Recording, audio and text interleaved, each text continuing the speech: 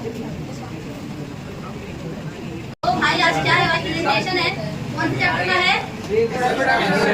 बात नहीं आई भाई। तो सारे रेडी हैं?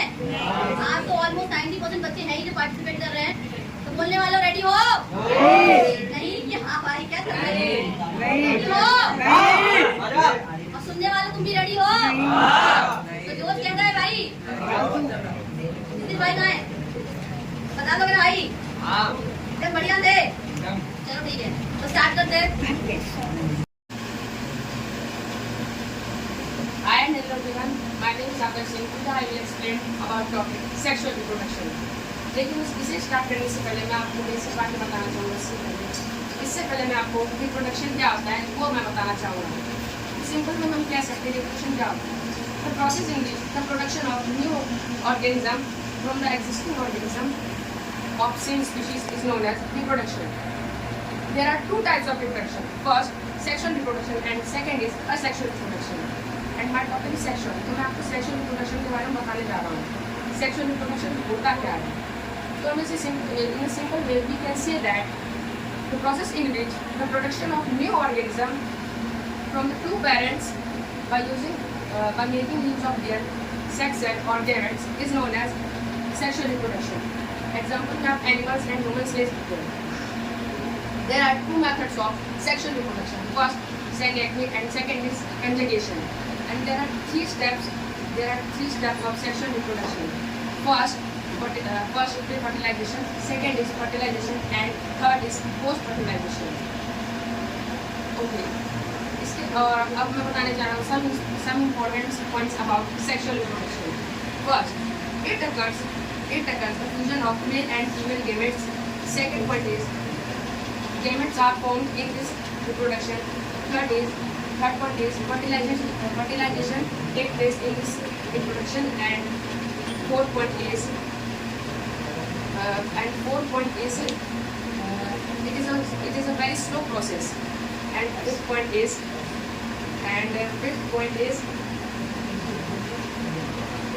slow process, time taking. Production of individual are not similar to their parents and show variation from each other and also different their parents. Okay Adarsh, यहीं पे एक सवाल पूछना है, पूछूं क्या मैं?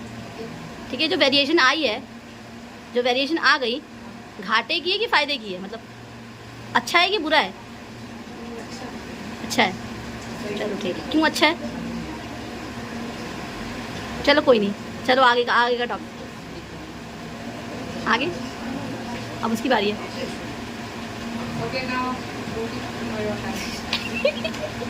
ना हो आदर्श शर्मा एक्सप्लेन करेंगे। मैंने आदर्श की बातें बोल दी हैं, ठीक है। चलो आदर्श शर्मा एक्सप्लेन करो। Sexual reproduction. Asexual reproduction is a type of reproduction in which an individual is produced by a single parent. Asexual reproduction एक ऐसा reproduction है जिसमें ना एक नया इंडिविजुअल प्रोड्यूस होता है बाय एक सिंगल पेरेंट्स। ठीक है, इसमें कोई भी गैमेट फॉर्मेशन नहीं होती है और फर्टिलाइजेशन भी अगर नहीं होती तो और जो नए इंडिविजुअल प्रोड्यूस होते हैं ना अपने सिंगल पेरेंट्स से, वो जेनेटिकली और फिजिकली दोनों आइडेंटिकल होते हैं अपने पेरेंट्स दिखाई देती है, बहुत तो दिखाई देती है। और एसेक्सुअल रिप्रोडक्शन के एग्जाम्पल है अमीबा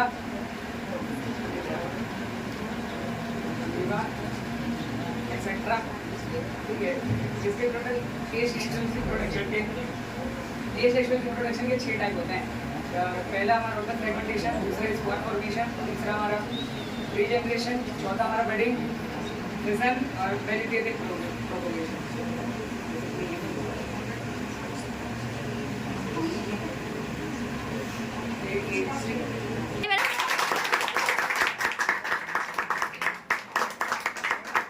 वाले हैं सेकंड, जो हमें एसेक्सुअल के बारे में बताएंगे कि what is asexual and it's modes. तो हमारे आने वाले हैं आयुष और पीयूष, तो स्वागत हो जाए उनका।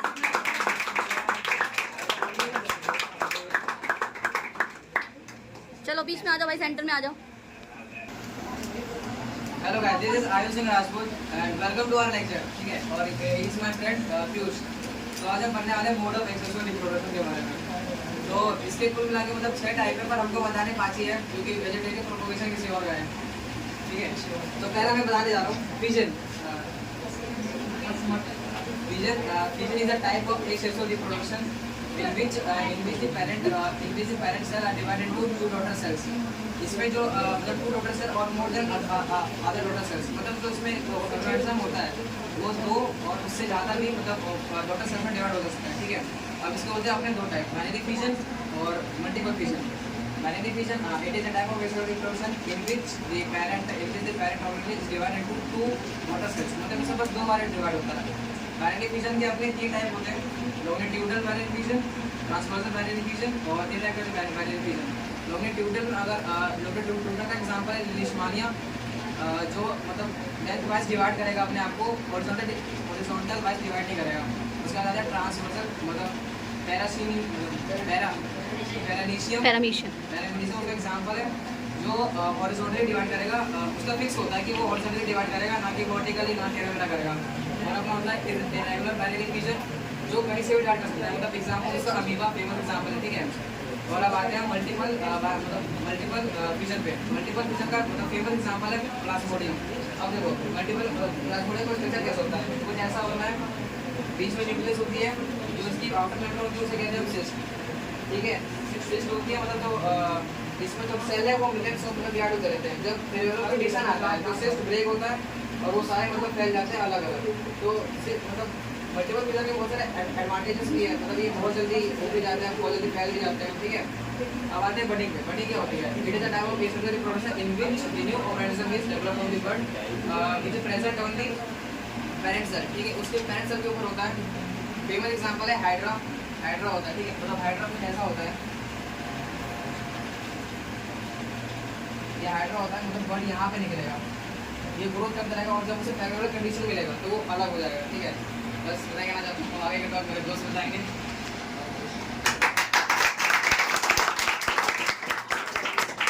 अगला हमारा जो टॉपिक है टाइप है वो है स्पोर फॉर्मेशन। तो इसमें हम एक एग्जांपल के थ्रू तो हम इसे एग्जांपल के थ्रू समझेंगे। एक राइजोपस नाम का बैक्टीरिया होता है जिसमें क्या कहते हैं, राइजोपस इज अ फंगस। एक फंगस होता है जिसमें क्या कहते हैं स्पोर्स बहुत सारे होते हैं, एक सैक लाइक स्ट्रक्चर के अंदर जिसे हम स्पोरेंजियम बोलते हैं।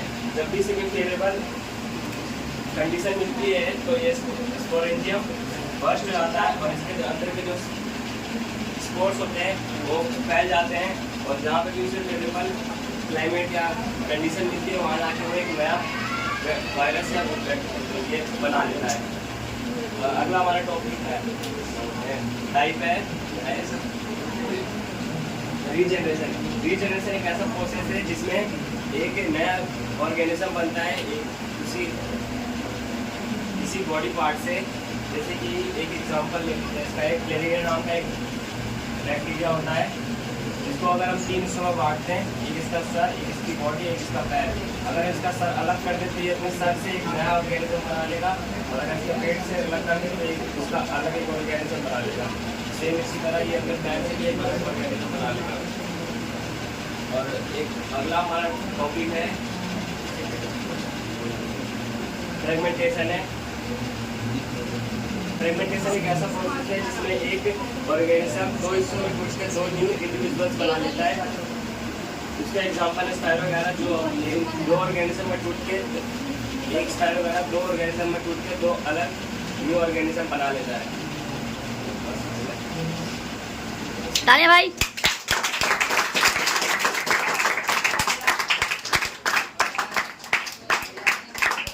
बहुत बढ़िया, ठीक था, अच्छा था। अभी काफ़ी अच्छे से एक्सप्लेन करा है, कम में और सारी चीज़ें एक्सप्लेन करने की काफ़ी अच्छी कोशिश रही थी। पहले तो इसके लिए तालियां हो जाए। और एक थोड़ा सा वो होता है ना कि अगर सारी अच्छी चीज़ थोड़ी सी गलती हो जाती है, अब इंसान है, गलती तो हो ही जाती है ना आयुष भाई, थोड़ा हटना। तो वहाँ पे जो वो सिस्ट बताया था ना बेटा, ये आउटर मेम्ब्रेन सिस्ट पहले ही नहीं बनता, ये कब बनता है? अनफेवरेबल कंडीशन में बन रहा होता है, समझ गए? क्योंकि देखो सबको अपने आप को प्रोटेक्ट करना है कि नहीं करना। अब हम कभी किसी से लड़ना है तो लड़ने के लिए आप कुछ लेके जाओगे, कुछ भी वेपन्स वगैरह लेके जाओगे। तो ये कब डेवलप करेगा बेटा सेट? जब अनफेवरेबल कंडीशन आ जाएगी, समझ गए? बाकी आयुष ने एक एक्स्ट्रा पॉइंट अगर रहा था कि फिजन में 10th के बेसिस पे इंपॉर्टेंट नहीं है, कौन से प्लेन से डिवाइड करा, ये एक एक्स्ट्रा पॉइंट था। इसका मतलब आयुष भाई ने पढ़ाई की है थोड़ी सी एक्स्ट्रा, तो तालियां हो जाए भाई आयुष भाई के लिए। और दूसरी चीज लाइक द कॉन्फिडेंस, जो कॉन्फिडेंट था उसका स्टार्ट करने का वो काफ़ी अच्छा था, मतलब काफ़ी इंप्रेसिव था, ठीक है, वो अच्छा था काफ़ी। पीयूष का भी ओवरऑल सब कुछ बहुत बहुत बहुत बढ़िया था, ठीक है। थोड़ी थोड़ी चीज़ें जो फ्लक्चुएट कर रहा था, अगर वो नहीं करता तो दोनों का जो था, पीयूष का मैं कह सकते, आयुष का मैं कह सकती हूँ कि 80% काफ़ी कंटेंट मुझे अच्छा लगा। दोनों की कोऑर्डिनेशन थी काफ़ी अच्छी थी, ऐसा पता नहीं रहा था कि कोई भूल रहा था। जैसे पीयूष बीच में थोड़ा सा भूल गया था, भाई क्या था नेक्स्ट टॉपिक, तो भाई ने तुरंत बता दिया भाई ये टॉपिक था। तो ऐसी कोऑर्डिनेशन मैंने एक्सपेक्ट करी थी। आदर्श वर्मा और आदर्श सिंह इस चीज़ में लैग कर गए थे कोऑर्डिनेशन के मामले में। देखो जो सही है वो बता रही हूँ मैं, दोनों की कोऑर्डिनेशन के लिए तालियां हो जाए पहले तो। Overall well done, very good, बहुत बढ़िया था। इसी टॉपिक को आगे प्रोसीड ऑन करेंगे प्रिया एंड रिद्धि, जिनका टॉपिक होगा वेजिटेटिव प्रोपगेशन, जो ए सेक्सुअल का ही एक टाइप होता है, ठीक है। तो आ जाओ भाई।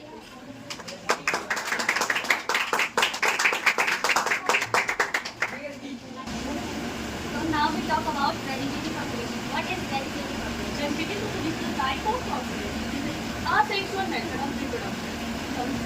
What is mean by term? Vegetative propagation. Now we will learn a vegetative propagation terms. Vegetative, occurring in plant, is known as vegetative. Propagation is a propagule word. Propagation is a type of process in which a plant part is used to produce new plants. This whole process is known as vegetative propagation. It means vegetative propagation, the process of how to grow new plant from the old part of plant is known as vegetative propagation. It doesn't need any reproductive organ of plant. Types of vegetative propagation. There are two types. First, natural vegetative propagation. Second is artificial vegetative. Natural vegetative propagation does not need any human involvement. But it does have need human involvement. It doesn't need any specific condition for their growth. It does have any specific condition to grow plant. The conditions like warm weather, moisture. Now, key point is that vegetative propagation involves the growth, development of dormant spurs. This is generally present in inactive condition. When they require physical condition or they get physical condition, it gets activated to produce new plants. Now, we will learn about the vegetative propagation and their types. Now, potato is an underground stem. Occurring, so there is a top, tuber. Tuber is a stem, underground aerial stem, which is solid part of the plant. This mainly stores the starch. Now, buds. Buds are present in the surface of tuber.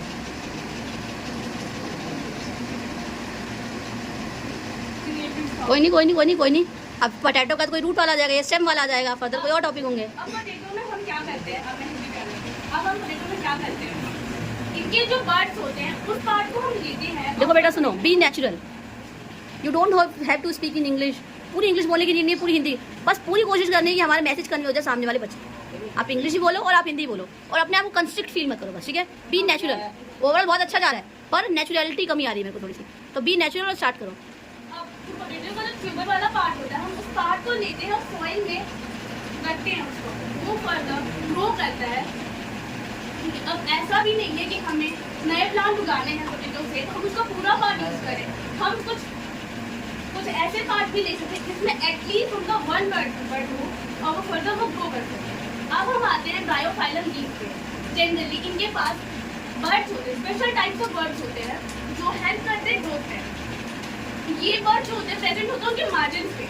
ये birds connect होते हैं, इनके जो roots होते हैं वो plant से ही connect होते हैं। अब ये बर्ड्स क्या होते हैं, बर्ड्स जो प्लांट्स पे है वो डी अटैच होते हैं अपने पेरेंट प्लांट से और वो डी अटैच होकर ग्राउंड पे गिरते हैं और फिर ये फर्दर ग्रो करते हैं। अब ऐसे ही एक मैच्योर ब्रायोफाइलम लीफ होते हैं इसमें प्लांट लेव्स, उनमें सारे उनके रूट सारे होते हैं जो कनेक्ट होते हैं उससे। इसमें भी इसी तरीके से हो रहा होता है, वो फर्दर गिरेंगे नीचे और वो ग्रो कर जाएंगे। अब हम आते हैं रूट्स पे। रूट्स में क्या होता है, रूट्स का एक बेस्ट एग्जांपल है स्वीट पोटैटो। इनके हम नीचे वाले पार्ट जो होते हैं स्वीट पोटैटो की जो शार्प एज होती है उनको हम लेते हैं और प्लांट ग्रो कर सॉइल में डालते हैं और फर्दर वो ग्रो करते हैं। Now we start artificial vegetable propagation. It means the plant or the process of artificial vegetable propagation. The new plant grow from one part of plant by manual method is known as artificial propagation of vegetable propagation reproduction of plant, मतलब कि हम एक ही plant से बहुत सारे plant को grow करवा सकते हैं बाय मैन-मेड मेथड। इसी को आर्टिफिशियल वेजिटेटिव प्रोपगेशन कहते हैं। They are four the 3 common methods are artificial vegetative propagation, first cutting, second is grafting, third is layering. अब आते हैं कटिंग पे। कटिंग क्या होता है, हमने एक प्लांट लिया और उसके स्टेम को काटेंगे, उसको बोलेंगे स्टॉक, और सेकंड प्लांट के स्टेम को लेंगे, उसको बोलेंगे स्कायर। सेकंड प्लांट के रूट को लेंगे, स्टेम वाला तो बता देना तुमने अभी। अब उन दोनों को इस तरीके से ज्वाइन करेंगे कि जो जाइलम ऑफ फ्लोएम है वो इजीली ट्रैवल कर सके। अब इस प्रोसेस को करने के लिए हम इसका प्रोसेस होने करने के लिए पहले हम क्या करेंगे, एक पेरेंट प्लांट, एक हेल्दी पेरेंट प्लांट से स्ट्रॉन्ग लीव और स्टेम को लेंगे और उसको जो हमने जो नीचे वाला पार्ट है उसके नोड से 10 से 15 सेंटीमीटर को कट करेंगे। देन उसके बाद उसको हम वो जिसको हमने काटा था उसको हम एक मॉइस्ट सॉइल से देंगे। कोई नहीं वो थोड़ा लिंक हो रहा है लेयरिंग और उससे। कटिंग में क्या होता है, हमने एक दो प्लांट लिए, एक का स्टेम ले लिया, दूसरे का रूट ले लिया, दोनों को जोड़ दिया, प्लास्टिक बैग लिया, उसमें सॉइल डाली, मॉइस्ट सॉइल डाली, कुछ हर्ट फॉर्म डाले, उसको ज्वाइन कर दिया। आफ्टर सम टाइम क्या होगा, दोनों प्लांट ज्वाइन कर जाएंगे। हमने जिसको काटा था पहले उसको हम सॉइल से उसको कवर कर देंगे। उसको हमने क्या किया, हमने उसको सॉइल से कवर कर दिया। उसके बाद हाँ हमने पहले उसको काटा, उसको जो जाइलम ऑफ फ्लोएम से इजीली ट्रैवल करवाएंगे। देन उसके बाद हम उसको उसमें जो हम उसको सॉइल से हम कवर करेंगे, उसका जो पॉलिथीन लेंगे उसके ऊपर उसकी कवरिंग करेंगे। उसके बाद उसको ऐसे मतलब उसको ऐसे कवर करेंगे ताकि जो रूट है हमारा वो इजीली 2 से 3 वीक में जो उसका रूट है वो ग्रो करवा सके। हम जो हमने वो रूट को काटा था उसके अंदर हम रूटिंग हार्मोन को डिप करेंगे। अब रूटिंग हार्मोन क्या होता है, एक ऐसे केमिकल सब्सटेंस है जो हमारा कट किया हुआ पार्ट है उसके रूट को ग्रोथ में हेल्प करवाता है। उसके बाद फिर हम उसको ऐसे ही उसमें धीरे धीरे पानी डालेंगे, उसको छाए वाले जगह पर रखेंगे ताकि जो हमारा रूट है वो ईजिली ग्रो करवा सके। देन उसके बाद हम उसको ऐसे ही मतलब 2 से 3 वीक तक छोड़ देंगे, उसको बिना टच किए। अगर हमने उसको थोड़ा सा भी टच किया तो उसके जो लीव्स हैं या बाकी पार्ट्स हैं वो झड़ना स्टार्ट कर देंगे या तो वो मुरझा जाएंगे। फिर जब वो जो उसके स्टीम और शूट है जो वो अच्छी तरीके से डेवलप हो जाएंगे तो हम उसको उसके पेरेंट प्लांट से अलग कर देंगे और उसको इम्प्लांट कर देंगे न्यू पोट या फील्ड में, और उसी तरीके से एक नया प्लांट ग्रो हो जाएगा उसी के पेरेंट प्लांट का। इस तरीके से हमारा कटिंग खत्म होता है। सेकेंड है ग्राफ्टिंग। अब ग्राफ्टिंग में क्या होता है, ग्राफ्टिंग में होता है कि हम एक ही प्लांट में मतलब दूसरे डिजायरेबल कैरेक्टर को ज्वाइन करके हम उसको ग्रो करवा सकते हैं। जैसे कि हमारे पास लेमन है, अब उसके साथ हम ऑरेंज को भी मतलब क्राफ्ट करके उन दोनों को ज्वाइन कर सकते हैं, ज्वाइन करेंगे। इसको ऐसे करेंगे कि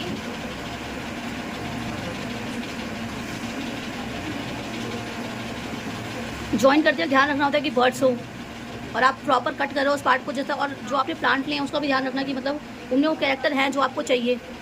बस ज्वाइन करेंगे और फिर नया प्लांट उग जाएगा। तो इस तरीके से हम उसको पहले हम जो हमने उसकी तरह कट किया, हम इसमें ऐसा नहीं करेंगे कि हमने पहले लेमन लिया और हम एप्पल को उसके साथ ग्रो करवा देंगे। हम ऐसे नहीं, हमें उसके आइडेंटिकल फैमिली चाहिए, मतलब जैसे लेमन है, लेमन के साथ ऑरेंज होना चाहिए या तो ऑरेंज उसके साथ स्वीट लेमन होना चाहिए। ऐसे हम उसके साथ अलग अलग जैसे एप्पल के साथ उसको ग्रो नहीं करवा सकते। अब हमने उसके रूट को लिया और इसके रूट को लिया, हमने उसको ऐसे ज्वाइन किया कि जो जाइलम ऑफ फ्लोएम में इजीली ट्रैवल कर सके। अब हम उसको 2 से 3 वीक तक छोड़ देंगे और उसके ऊपर मतलब रैपिंग करेंगे। फिर उसको जब हम 2 और 3 वीक के बाद हम उसको ओपन करेंगे तो क्या होगा कि वो मतलब अच्छी तरीके से ज्वाइन हो जाएगा। उसके बाद फिर हम उसको इम्प्लांट कर देंगे न्यू पोट और उसमें, और वो भी कहते हैं नीचे की तरफ हमारा ऑरेंज होगा और ऊपर की तरफ हमारा लेमन होगा। अब थर्ड आता है ग्राफ्टिंग, नेक्स्ट थर्ड आता है हमारा लेयरिंग। सॉरी, लेयरिंग में क्या करते हैं कि हाँ हम एक लेयरिंग में हम किसी भी प्लांट को नहीं ले सकते, हम एक सॉफ्ट प्लांट लेंगे, मतलब वो थोड़ा लचीला होना चाहिए ताकि जो उसका जो शूट है ना वो इजीली हम उसको बेंड करवा सके। अब हमने एक हेल्दी प्लांट को लिया, हमने उसके ब्रांच को लिया, हमने उसको बेंड किया। अब उसको एक रूट के हेल्प से हमने उसको सॉइल के अंदर वो उसको लगाया, फिर जो हमारा हाँ ताकि वो उसकी जो रूट है वो आ सके। फिर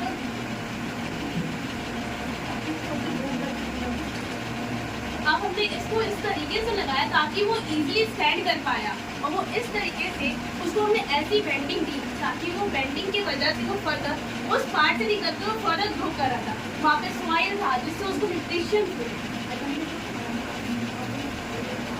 हमने क्या किया उसमें, मतलब हम उसमें पानी वगैरह डालते रहेंगे, उसको मतलब छाया वाली जगह पे रखेंगे ताकि उसमें उसकी जो नमी है उनको बरकरार है और उसके प्रोटेक्शन के लिए। फिर जब धीरे धीरे जो 2 से 3 वीक हो जाएगा तो उसमें रूट डाल देंगे। फिर क्या करेंगे, जो पेरेंट प्लांट था उसको उससे अलग करके उसमें न्यू पॉट में रखेंगे या फील्ड में रखेंगे, और वो भी एक इंडिपेंडेंटली अपने पेरेंट्स की तरह ग्रो करना स्टार्ट कर देगा।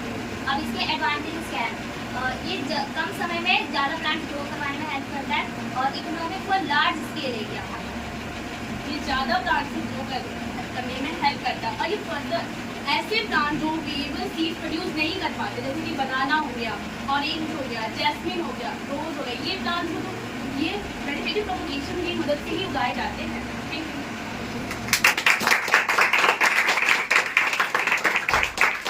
बोला था बेटा, ठीक है, मतलब काफ़ी स्टार्टिंग अच्छी थी, ठीक है, बट इस करके जो स्टार्ट करा था दैट आई लाइक इट, कि जो तरीका था ये अच्छा था काफ़ी, ठीक है, और अटके नहीं वो भी काफ़ी अच्छा था। लेकिन बीच बीच में देखो स्टार्टिंग में थोड़ा सा नेचुरलिटी कमी आई, जैसे मतलब बाद में तुम लोग फ्लो में आ गए तो काफ़ी अच्छा बोला।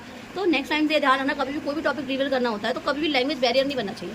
आपको पूरी कोशिश करनी है, क्या करनी है कि आपको जब टारगेट डिलीवर जाए, आप बीच में भूल रहे थे, वो ऐसा शो नहीं होने दिया किसी को थोड़ा पता है कि आपको इतनी डिटेलिंग बतानी है, समझ रहे मेरी बात।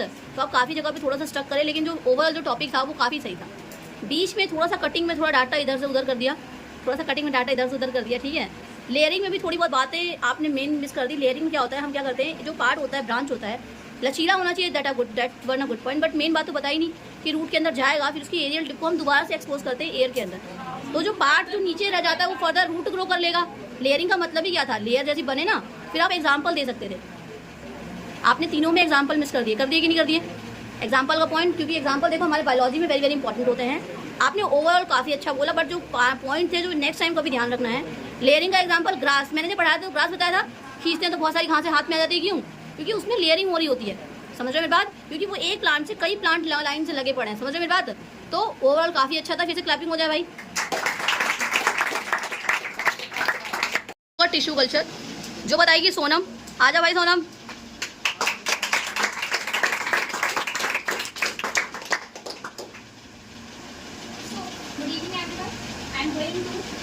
Tissue culture. So what is tissue culture? Tissue culture एक मेथड है जिसकी मदद से हम प्लांट के टिश्यू या फिर प्लांट के एक्सप्लांट को लेते हैं और उससे हम एक बहुत सारे प्लांट को ग्रो कराते हैं। तो ये एक साइंटिफिक मेथड है जिसका यूज हम एग्रीकल्चर, हॉर्टिकल्चर एंड मेडिसिन के रॉ मटेरियल के लिए यूज करते हैं, जैसे कि मेडिसिन के रॉ मटेरियल पर नीम, तुलसी और तुलसी ये सब प्लांट भी यूज होते हैं। तो इसका जो मेन प्रिंसिपल है वो है टोटीपोटेंसी। टोटीपोटेंसी का मतलब ये होता है कि एक प्लांट का सेल या फिर उसका जो एक्सप्लांट है उसकी एबिलिटी जो वो प्लांट को ग्रो करवाए, उस एबिलिटी को हम कहते हैं टोटीपोटेंसी। सो हमें समझ गया कि व्हाट इज टिश्यू कल्चर। तो टिश्यू कल्चर के भी कुछ प्रोसेसेस होंगे, तो इस प्रोसेस को स्टेप बाय स्टेप में। First is selection of explant. First explant होता है, एक्सप्लांट ये होता है कि अगर कोई भी प्लांट लिया हमने जिससे जो हमने प्लांट ग्रो करवाना है, उस प्लांट के पार्ट को, या वो लीव्स हो सकता है, वो हमारा स्टेम हो सकता है, वो हमारा रूट हो सकता है, और वो कुछ भी हो सकता है, उस प्लांट के अंदर जो भी पार्ट है जो हम लेंगे उसे हम कहते हैं एक्सप्लांट हो गया। या फिर हम एक्सप्लांट ना ले करके उस प्लांट के टिश्यू को भी ले सकते हैं। टिश्यू के अंदर हमारे सेल होते हैं, अब group of cell is for tissue. तो टिश्यू और एक्सप्लांट को लिया। Second is sterilization. अगर हमने प्लांट ले लिया तो टिश्यू कल्चर बचा ही कैसे फिर? दीदी प्लांट के पार्ट को ग्रोइंग टिप के अंदर तुमने कहा भी कि प्लांट भी ले सकते हैं और हम टिश्यू भी ले सकते हैं, तो दोनों बातें एग्जिस्ट कैसे कर सकती हैं साथ में? एक्सप्लांट को, क्योंकि प्लांट का एक पार्ट ही तो है हमारा एक्सप्लांट। तो फिर एक्सप्लांट को लेना ग्रोइंग टिप एटिकल के अंदर हमारा मेरिस्टेमेटिक टिश्यू होता है, उसको ले सकते हैं, या फिर हम उस प्लांट के अंदर का एक्सप्लांट ले सकते हैं। तो ऐसे बोलो स्टेटमेंट को कि हमने जो प्लांट लिया है उसका हमने एक्सप्लांट पार्ट लिया है, ठीक है, तो पार्ट आना चाहिए उसके बाद। हाँ, क्योंकि एक्सप्लांट का मतलब कोई पर्टिकुलरली प्लांट भी हो सकता है, ठीक है, क्योंकि टिश्यू कल्चर का मतलब ही हम किसी प्लांट को नहीं ले रहे, हमने प्लांट को तो बिल्कुल डिस्टर्ब करा नहीं, बस कुछ टिश्यूज को ले लिया, उससे हमने क्या करा, एक नए प्लांट को बने, ठीक है। बाकी अच्छा है आगे। Second process is sterilisation. Sterilisation के अंदर जो हमने एक्स प्लांट पार्ट लिया है उसको हम पहले वॉश करेंगे, बिकॉज जो हमारा जो प्लांट होगा वो डिजीज भी हो सकते हैं, उसके अंदर जर्म्स भी हो सकते हैं। देन फिर उसको हम वॉश करेंगे विद हेल्प ऑफ अल्कोहल से या फिर अल्कोहल से या फिर मर्क्यूरी क्लोराइड, उसको हम वॉश कर देंगे, जिसके अंदर से वो जो हमारे जर्म्स होंगे वो हट जाएंगे। बिकॉज टिश्यू कल्चर के अंदर एक भी जर्म्स होना वो हो ही नहीं सकता। अगर वो होगा जर्म्स होगा तो जो हमारा टिश्यू कल्चर का जो भी प्रोसेस होगा वो कोलैप्स कर जाएगा, खत्म हो जाएगा। So third step is cultural solution या फिर suitable growth medium. Suitable growth medium जो हमने एक्स प्लांट पार्ट लिया है या फिर जो हमारा टिश्यू है उसको हम एक ग्लास वेसल्स के अंदर पुट करेंगे। जो ग्लास वेसल्स हो सकता है हमारा फ्लैश होगा या फिर हमारा टेस्टिंग होगा, उसके अंदर पहले से प्रेजेंस होता है हमारा न्यूट्रिएंट प्रेजेंट होता है, जिसके अंदर हमारे हार्मोन हो सकते हैं, हार्मोन होंगे और होगा एंड बहुत सारे न्यूट्रिएंट्स भी होंगे एंड शुगर होगा। फिर उसके अंदर जो हमारा एक्सप्लांट होगा पार्ट होगा एक्सप्लांट, तो उसको हम उसके अंदर डिप करेंगे। देन फिर या फिर टिश्यू को भी हम उसके अंदर डिप कर सकते हैं, दोनों ही ले सकते हैं। तो फिर वो जो ग्लास के अंदर जो हमारा एक्सप्लांट और टिश्यू है उसको पुट करेंगे। फोर्थ इज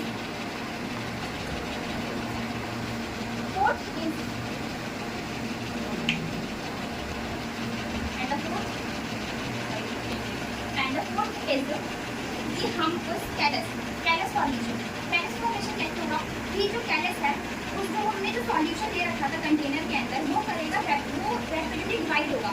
देन अगर जो हमारा जो प्लांट एक्स प्लांट पार्ट है उसके अंदर हमारे सेल प्रेजेंट होते हैं, वो क्या करेंगे, वो रैपिडली डिवाइड होते जाएंगे और जो रैपिडली डिवाइड होंगे उसे हम कहते हैं कैलस। वो होगा कि वो एक रो मटेरियल है जिससे प्लांट के हमारे शूट एंड रूट डेवलप करते हैं। And the fourth and the fifth is shoot formation. Shoot की फॉर्मेशन के लिए जो हमारा कैलस था उसे हम नेक्स्ट मीडियम के अंदर ट्रांसफर करेंगे, जिसके अंदर हमारा प्रेजेंट होगा ऑक्सीजन वाटर, जो हेल्प करवाएगा शूट के डेवलपमेंट में। देन फिर उसके बाद हमारा सिक्स्थ स्टेप इज हमारे जो रूट की डेवलपमेंट कैसे होगी। रूट की डेवलपमेंट के लिए जो हमारा जो कैलस था जिसको हमने हार्मोन के अंदर डिप कर दिया, जिससे हम निकालते हैं दूसरे मीडियम जिसके अंदर हमारा साइटोकिनिन प्रेजेंट होगा, उसके अंदर डिप करेंगे। देन फिर उसके बाद वो जो हमारा रूट का जो फॉर्मेशन होगा वो डेवलप करेगा। Then seventh is planted formation. Planted formation के अंदर क्या होगा कि हमारे जो शूट बन चुका है एंड रूट बन चुका है, तो जो शूट और रूट है उसके वो जो बन गया है शूट एंड रूट उसको हम कहते हैं प्लांटेड। उसके बाद जो हमारा नाइन्थ स्टेप होगा वो होगा हमारा put the planted in soil.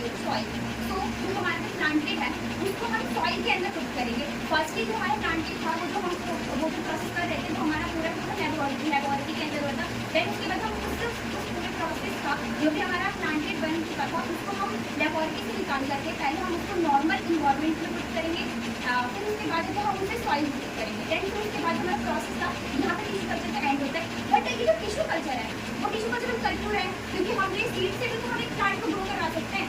But tissue culture के भी कुछ फायदे होते हैं, एडवांटेज होते हैं। तो advantage of tissue culture first ये क्या होता है कि रैपिडली ग्रो करता है। ये हमें जो हमारे अंदर का टाइम जो हम प्लांट को ग्रो करवाने में जो टाइम लेते हैं इसमें हमें टाइम को थोड़ा कम लेता है। लेकिन फिर उसके बाद वो जो प्लांट है वो जल्दी रैपिडली ग्रो भी कर सकता है और वो रैपिडली मल्टीप्लिकेशन ऑफ प्लांट इस प्रोसेस को कहते हैं। देन वो क्या करता है ईयर अराउंड प्रोग्रेशन। इसके अंदर क्या होता है कि जो फार्मर होता है वो एक प्लांट को अगर ग्रो करवाएगा तो उसे ईयर लग जाते हैं प्लांट को ग्रो करने में। बट जो टिश्यू कल्चर की हेल्प से वो अपना ईयर जो उसका जो साल होता है वो प्लांट पे जो देता है उसका जो साल होता है वो भी कम हो जाएगा। देन उसके बाद और भी प्लांट को ग्रो करवा सकते हैं। एंड इसको टिश्यू कल्चर के लिए बहुत ही कम स्पेस की ज़रूरत होती है क्योंकि ये एक ही कंटेनर के अंदर बहुत सारे प्लांट ग्रो करवा सकता है।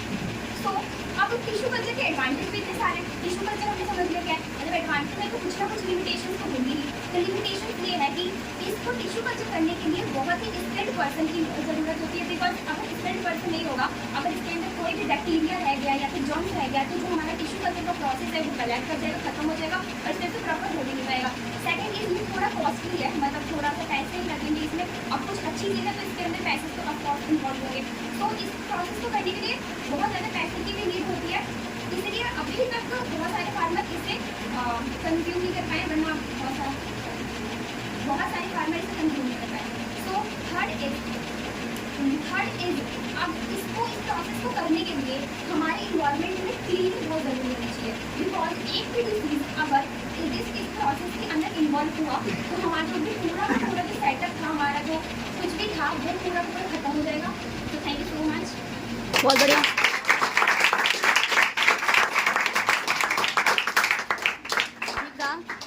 कोई दूसरा नाम है क्या टिश्यू कल्चर का? हाँ, टिश्यू कल्चर का दूसरा नाम है माइक्रो प्रोपगेशन, क्योंकि माइक्रो प्रोपगेशन हम इसे इसलिए कह सकते हैं क्योंकि जो हम प्लांट को ग्रो करवा रहे हैं वो बहुत ही छोटे छोटे प्लांट ग्रो कर रहे हैं, तो इसलिए हम इसको माइक्रो कह सकते हैं और प्रोपगेशन माइक्रो प्रोपगेशन। ठीक है, बहुत बढ़िया, ताली बस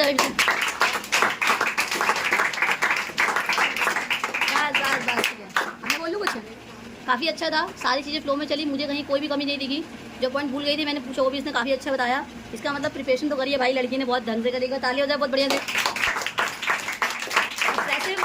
बहुत बहुत बहुत अच्छा था, सारी चीज़ें बहुत सही तरीके से बताई थी। बस थोड़ा सा नर्वस नहीं होना था स्टार्टिंग में, बाकी चीज़ें फ्लो में चली। थोड़ी सी नर्वसनेस दिख रही थी, वो नहीं दिखनी चाहिए थी, ठीक है, क्योंकि टॉपिक काफ़ी अच्छा एक्सप्लेन था। सबको समझ आया भाई? ऐसी था ना, बिल्कुल सही तरीके से सबको लगाना अच्छा था। कि जैसी झूठी तारीफ नहीं कर रही ना, ठीक है। तो आपको लगा ना भी जितने भी बंदे आए थे मेरे को सही लगा, क्योंकि काफ़ी अच्छे तरीके से बताया, टॉपिक सारी सीखने चली। कोई भी चीज़ क्रम्बल्ड अप नहीं हुई, मतलब इधर की बात उधर, उधर की बात इधर नहीं हुई थी। तालियां हो जाए फिर देगा जोर से, जोर होता है। वेल डन सोनम, अच्छा करा बहुत ज़्यादा। तो देखो यार, तुमने तो पढ़ लिया, सेक्सुअल रिप्रोडक्शन में थोड़ा सा जान लिया, ए सेक्सुअल पूरा डिटेल में जान लिया। तो अब हमारे शिवम और यश आएंगे जो हमको ये बताएंगे कि इनके फायदे क्या हैं और इनके घाटे क्या है। तो आ जाओ भाई शिवम और यश, तालियां हो जाए भाई के लिए।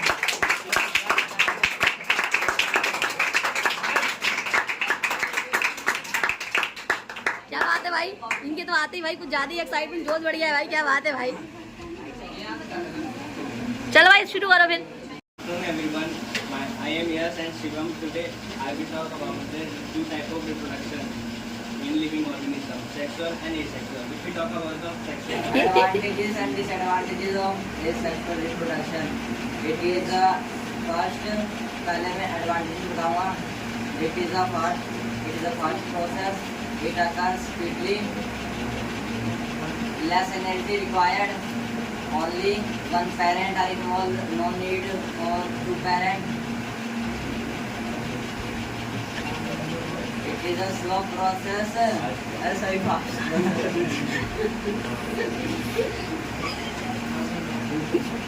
Many offspring are produced by parents. अब मैं disadvantage बताऊंगा. No variation अगर तो ये घाटा क्यों? अगर वेरिएशन नहीं हो रहा हाँ, तो घाटा कैसे? घाटा क्या होगा?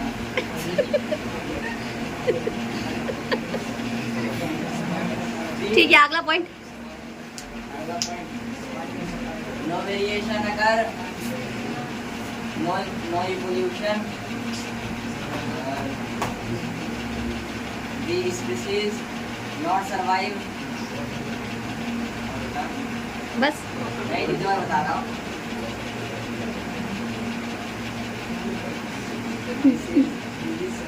Disease spread if the parent have any disease, then the offspring get disease.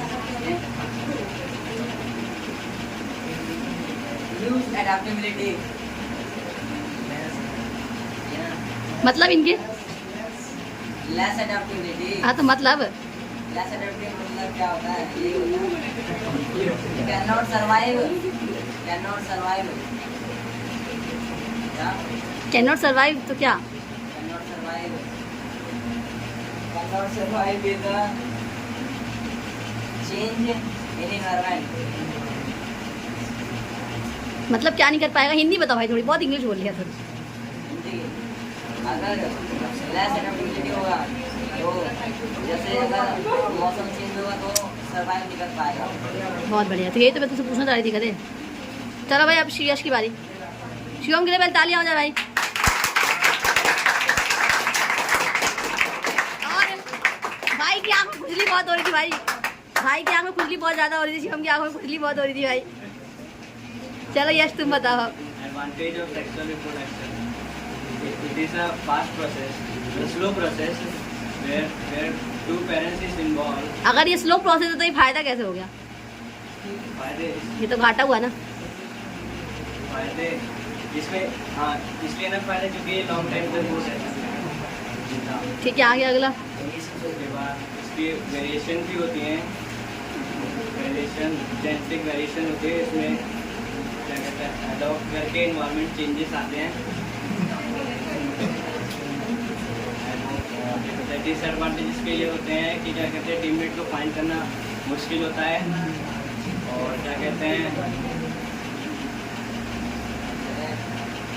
इसमें एनर्जी भी ज़्यादा चाहिए होती है, और टाइम भी ज़्यादा चाहिए होती है, और इसमें ऑफस्प्रिंग कम प्रोड्यूस होती है as compare to sexual reproduction.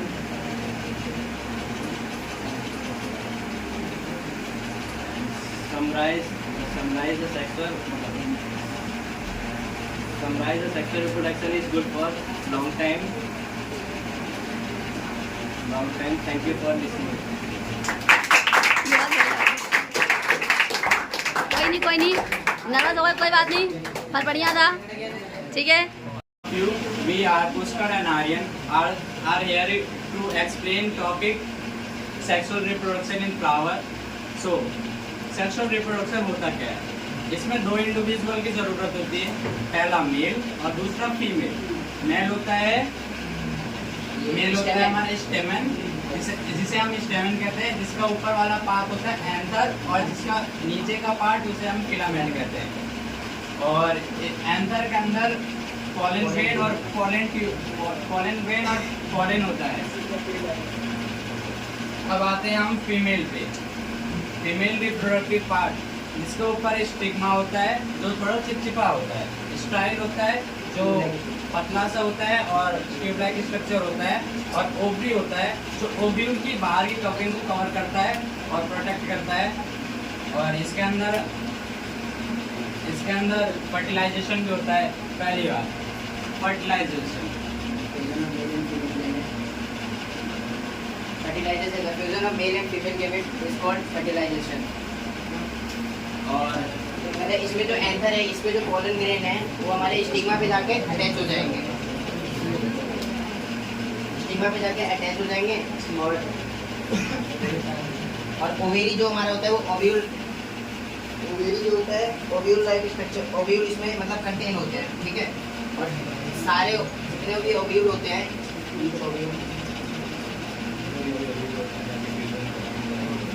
हाँ, ईच ओव्यूल जितने भी ओव्यूल होते हैं वो सारे फीमेल सेल मतलब प्रोड्यूस करते हैं। ठीक है। और इन तीनों को मतलब साथ में करके इनका एक फीमेल रिप्रोडक्टिव बनता है, जिसको पिस्टिल या फिर कार्पल बोलते हैं। कार्पल। और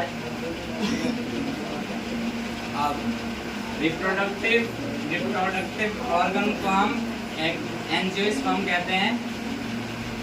एंजियोस्पर्म होता क्या है? Angiosperm are those plant actually in which plant flower act reproductive organs.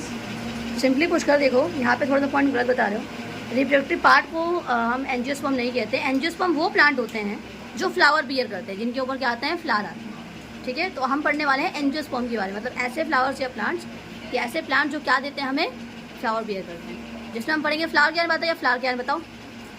अब पढ़ेंगे हम स्ट्रक्चर ऑफ फ्लावर। पहला, ये जो है नीचे का पार्ट होता है इसे हम रेडिकल कहते हैं, और इसका ऊपर का पार्ट होता है उसे हम स्टिग्मा कहते हैं। इसके बीच का स्टाइल होता है, और इसका बाहर का कवरिंग होता है ओव्यूल कहते हैं, और जिसके अंदर का होता है वो ओव्यूल होता है, और जिसके बाहर का होता है वो ओवरी होता है, और जो इसको प्रोटेक्ट करता है उसे हम सेपल कहते हैं।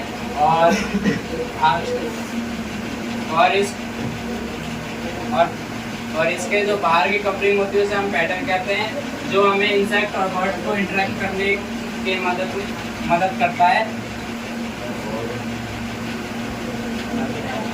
ठीक है। अब फ्लावर के भी दो टाइप होते हैं, यूनिसेक्सुअल, बाइसेक्सुअल। बाइसेक्सुअल वो होते हैं जिसमें मेल और फीमेल की दोनों जरूरत हो, और जैसे कि उसमें एंथर भी हो और फिलामेंट भी हो, पिस्टिल भी हो। नहीं, ये तो बाय हो गए। मतलब अलग अलग होता है दोनों में। ये हमारा बाइसेक्सुअल फ्लावर होता है। इसके एग्जांपल हो जाएंगे हिबिस्कस और एक और एग्जांपल हो जाएगा हिबिस्कस और मस्टर्ड। हाँ, हिबिस्कस एंड मस्टर्ड एक्सेट्रा। और यूनिसेक्सुअल फ्लावर वो होता है जिसमें मतलब एक ही फ्लावर के अंदर हमारा एंथर भी होता है और स्टिग्मा मतलब ये पिस्टिल भी होता है। फिर मिक्सअप कर दिया। यूनिसेक्सुअल में क्या होता है? यूनि मतलब वन, एक फ्लावर के अंदर जब एक ही रिप्रोडक्टिव पार्ट होगा तो डेट इज यूनिसेक्सुअल। और बाइसेक्सुअल क्या होगा? जिसके अंदर एक ही फ्लावर के अंदर, जैसे ये जो फ्लावर है that is bisexual. It means इसके अंदर दोनों रिप्रोडक्टिव पार्ट है, मेल भी और फीमेल भी। आप समझ गए? ठीक है। यूनिसेक्सुअल के एग्जांपल है हमारे वाटरमेलन और papaya. I hope all of you understand this topic very well. Thank you so much. ठीक है, टॉपिक ठीक बताया। ठीक है, थोड़े से पार्ट्स की और डिटेलिंग करनी चाहिए थी। ठीक है, पार्ट बाकी जो बताया ठीक बताया, समझ गए बात। थोड़े पार्ट्स की और डिटेल चाहिए थी। फंक्शन देखिए, सेपल और पेटल। पेटल है ठीक है, सेपल क्या करता है? सेपल का बस एक काम तो कवरिंग करता है, सेपल नहीं कवरिंग करता। सेपल कब कवरिंग करेगा? जब फ्लावर अपनी इनिशियल स्टेज पे होगा। किस स्टेज पे होगा? जैसे बोलते हैं ना कली है, कली तो देखते हो वो हरा हरा होता है कली के ऊपर, तो वो सेपल होता है। वो बाद में जाके खुलता है तो फ्लावर निकल जाता है। तो कुछ इस तरीके की बातें आनी चाहिए। बाकी ओवरऑल काफ़ी अच्छा था। क्लैपिंग करो भाई।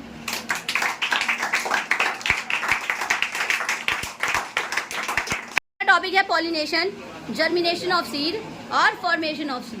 तो उसके लिए आने वाले हैं केशव और बंटी भाई। आ जाओ भाई।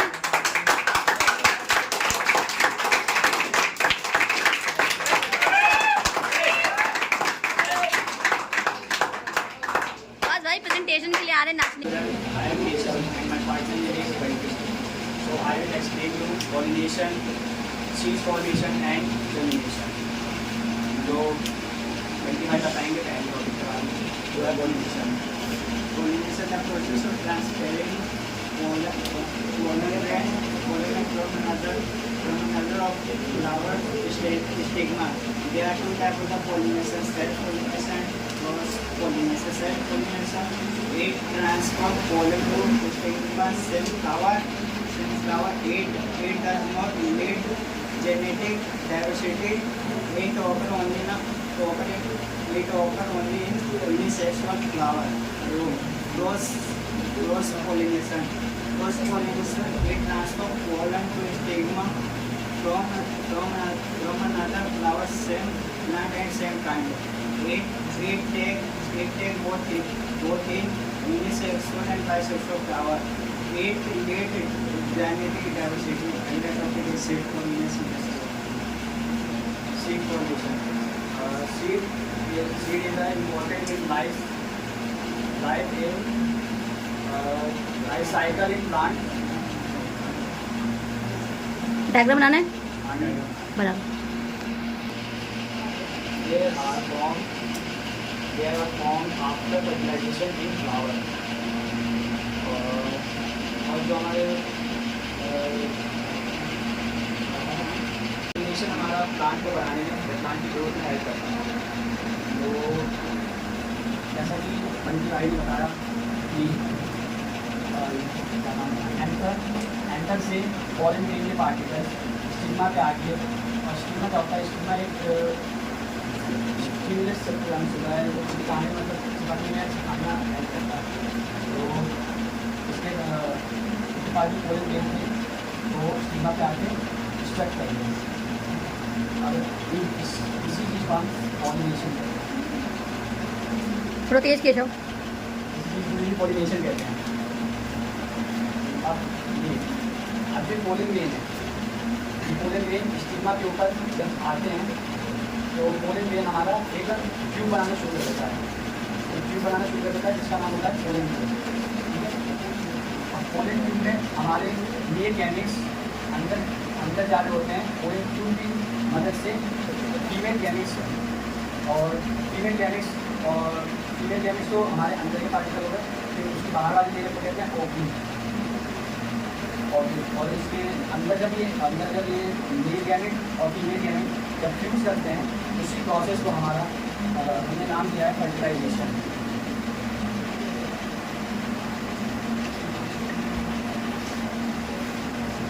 और फर्टिलाइजेशन के बाद हमारा जाइगोट बनता है।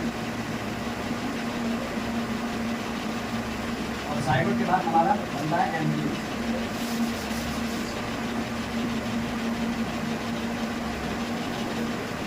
अब एम्ब्रियो कैसे बनता है?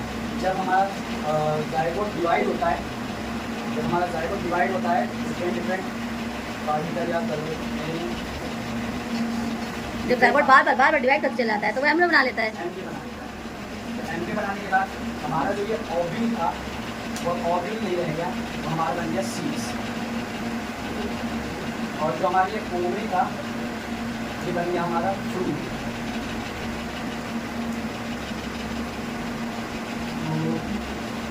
और जो हमारा सीड्स होता है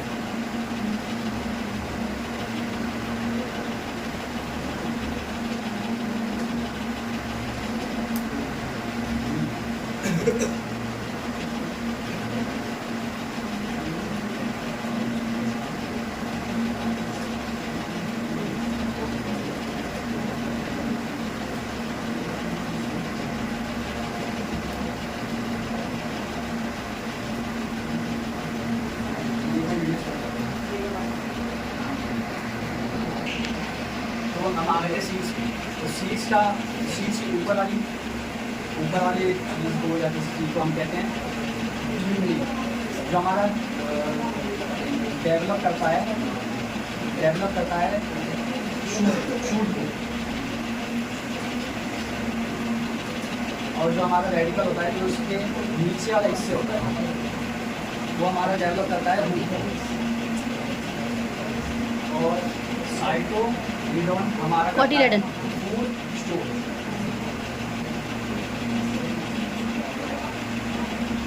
फूड स्टोर करता है किसका? Baby plants.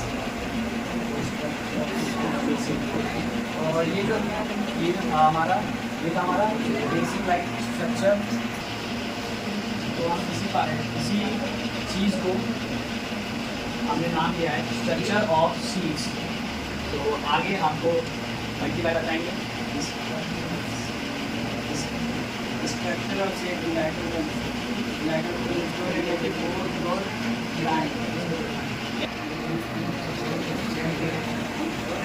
तो हम इसी प्रोसेस को हमने एक नाम दिया है जिसका नाम है स्ट्रक्चर ऑफ सीड्स। और आपको आगे मल्टीप्लाई बताएंगे। Structure of seed, first one seed pollen. Outer contain protect the seed. Second embryo of the plant inside the seed. Third glycodes store and energy for growth the plant. Neural develop into shoot. Radical develop into growth. And next topic germination. Germination the process in which seed develop into new plant. Suitable condition, air, water and temperature. Germination of seed. The process in which seed embryo came into your seedling. The types of the germination. Wait from the type of the germination of hypofertile and epofertile. First, epigal, second hypogal. Epigal germination, hypofertile, elongation, group pooling, step and the step above the ground. Example coconut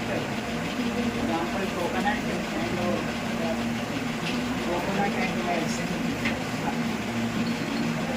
And hypothecal germination. In hypothecal germination, एक product is fertile elongation of from group pooling stay underground. Example B, maize is and the germination for necessary water, air, temperature, water germination seed not occur still seed pod and impacted water and water. This water is stored food and elongation of hypofertile and epofertile. Second, oxygen content of life respiratory cell of embryo. and temperature. The optimum temperature requirement of seed germination is in Celsius.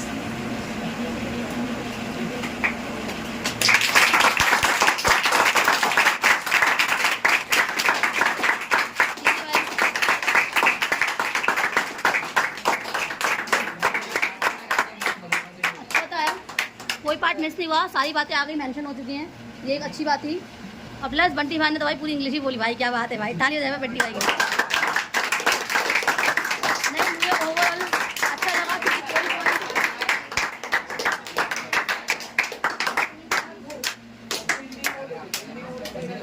ठीक है, तो overall बहुत अच्छा था, कोई point miss नहीं हुआ, काबिल तारीफ है ये वाली बात। दोनों ने काफ़ी अच्छा बताया, केशव ने भी काफ़ी अच्छा बताया बिना भूले, बहुत अच्छा था, ताली हो जाए भाई।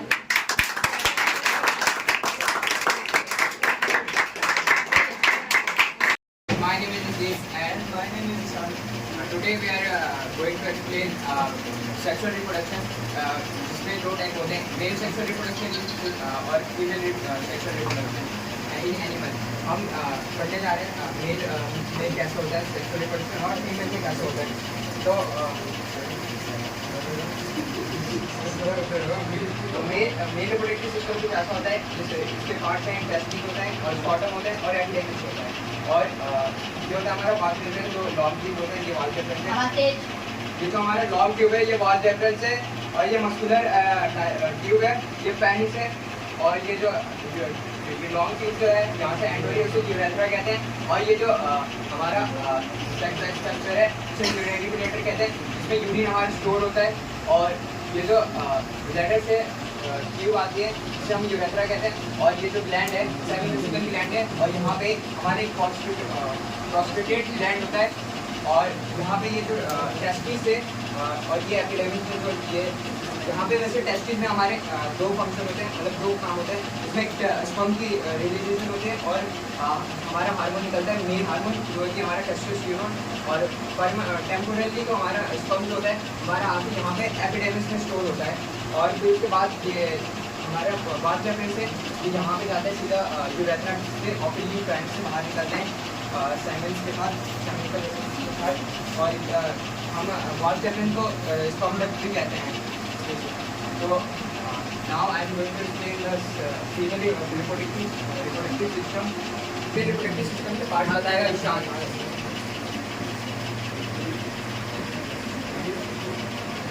ये ओवरी है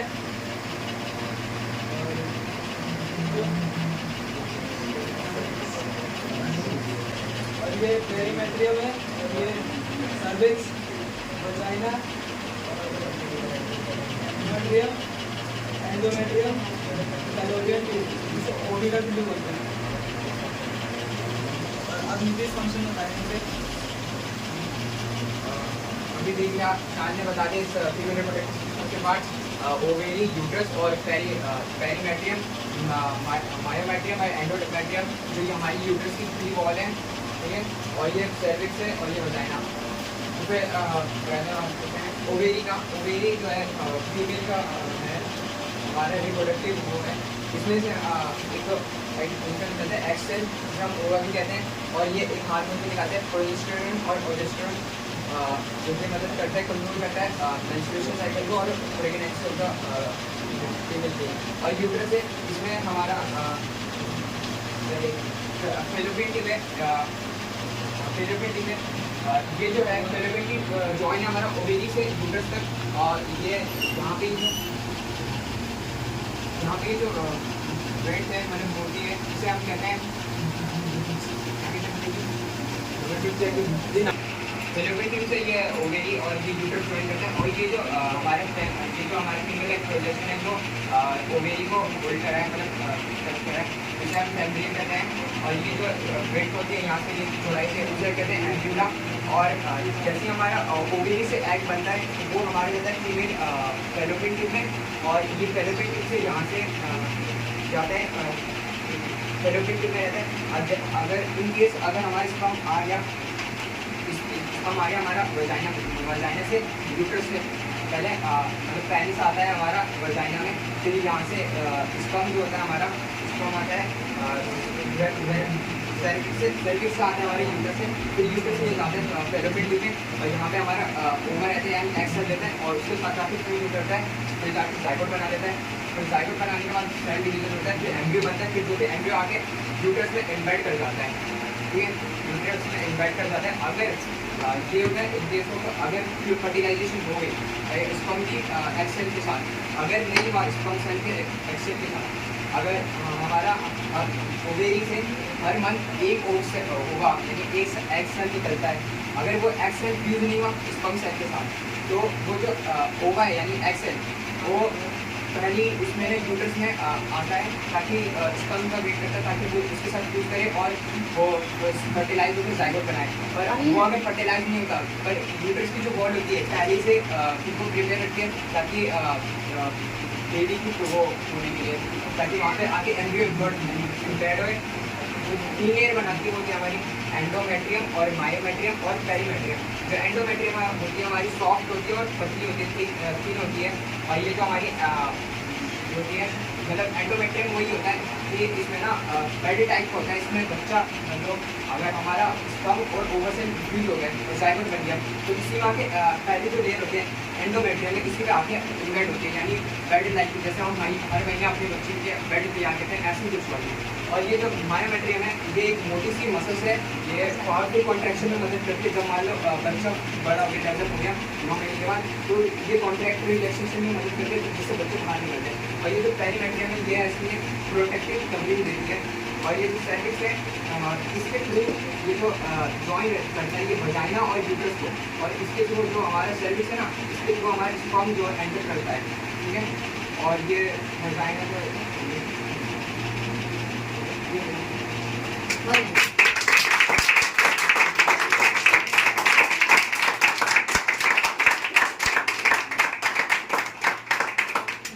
गड़बड़ हुई थी पर कोई बात नहीं, नीतीश भाई ने सब संभाल लिया भाई।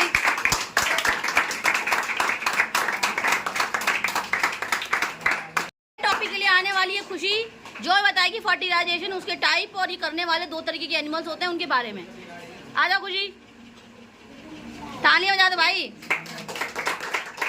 टॉपिक इज फर्टिलाइजेशन, तो हम पढ़ने वाले हैं आज फर्टिलाइजेशन के बारे में। तो फर्टिलाइजेशन पढ़ने से पहले मैं आपको बताना चाहती हूँ रिप्रोडक्शन क्या होता है। रिप्रोडक्शन एक बायोलॉजिकल प्रोसेस है जो हमारे पेरेंट्स जो है हमें ऑफस्प्रिंग्स प्रोड्यूस करते हैं, उसे हम रिप्रोडक्शन कहते हैं। उसके बाद फर्टिलाइजेशन, जब हम रिप्रोडक्शन के दौरान जब हमारे मेल और फीमेल गैमेट्स फ्यूज होते हैं उस प्रोसेस को हम क्या बोलते हैं, फर्टिलाइजेशन बोलते हैं। इसमें आप दे सकते हैं कि ये फीमेल रिप्रोडक्टिव पार्ट है, ये मेल रिप्रोडक्टिव पार्ट है। जब ये फर्टिलाइज करेगा तो क्या बनाएगा, जाइगोट बनाएगा। इस प्रोसेस को फर्टिलाइजेशन कहते हैं। फर्टिलाइजेशन मेनली 2 टाइप्स के होते हैं, external fertilization and internal fertilization. Internal के भी फर्दर 2 पार्ट्स होते हैं, ओमनिपेरस और ग्रेविपेरस। एक्सटर्नल फर्टिलाइजेशन वो फर्टिलाइजेशन होते हैं जो मदर फीमेल बॉडी के बाहर आउटसाइड होते हैं, और इंटरनल फर्टिलाइजेशन वो होते हैं जो मदर बॉडी के अंदर होते हैं।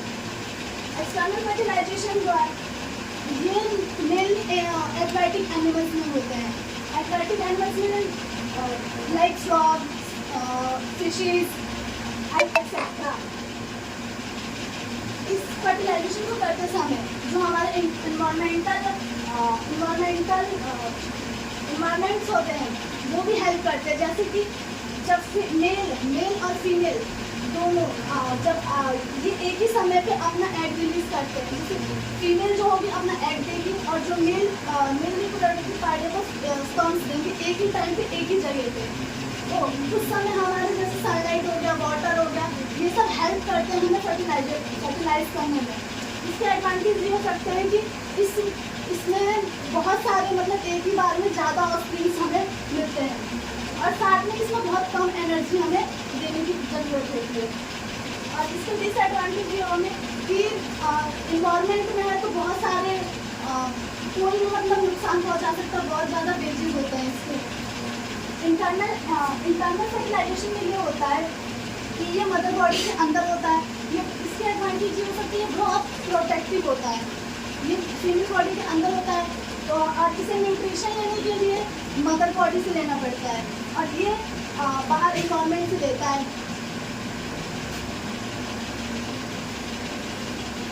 इसके भी फर्दर 2 टाइप्स होते हैं। ओमनीटाइरस क्या होता है, इसमें एग रिलीज होते हैं।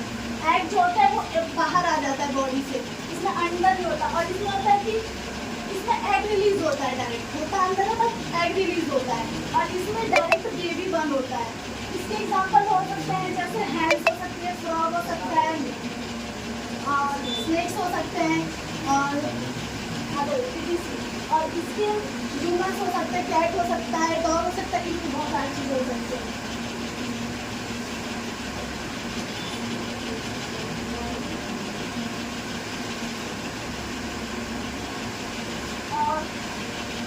ओमनीटाइरस ये होता है, मतलब इसमें होता है कि वो बाहर ही होगा, पर इसमें एग जो होता है वो बाहर रिलीज होकर करता है। लाइक जैसे हैंड्स होती है, हैंड्स क्या करती है, वो अपने एग को इंटरनल तो करती है बट बाहर निकाल देती है। और इसके साथ एक और हमारा होता है, तो बेसिकली ये जो इंटरनल को 2 पार्ट में भागा है, हमने इसलिए भाग रखा है कि ऑन द वे किस तरीके से बच्चों को पैदा कर रहे हैं। ओवी पेरेंट्स होते हैं और वीवी पेरेंट्स होते हैं। ओवी पेरेंट्स में क्या करते हैं, अब कुछ ऑर्गेनिज्म ऐसे होते हैं जो डायरेक्टली बच्चों को जन्म देते हैं, और कुछ ऐसे होते हैं जो अंडों की फॉर्म में देते हैं। तुम देखा है मुर्गी अंडा दे रही होती है कि मुर्गा अंडा दे रहा होता है? हाँ। और अब इंसान भी अंडा दे रहे होते हैं क्या? हम तो सीधा इंसान को ही पैदा कर देते हैं। कुत्ते कुत्ते को पैदा करता है या अंडे को पैदा करता है? तो वो वीवी पेरेंट्स हो गया, समझ गए? होता है कि ये एग को बाहर रिलीज कर देता है, और ये होता है ये एग को तो अंदर ही रहता है, मतलब एग और अंदर ही रहता है, अंदर ही उसको करता है, मतलब मदर बॉडी के अंदर होता है इसमें एग, और इसमें एग और मदर बॉडी के आगे होता है। इसमें और कोई डिफरेंस नहीं है। Thank you.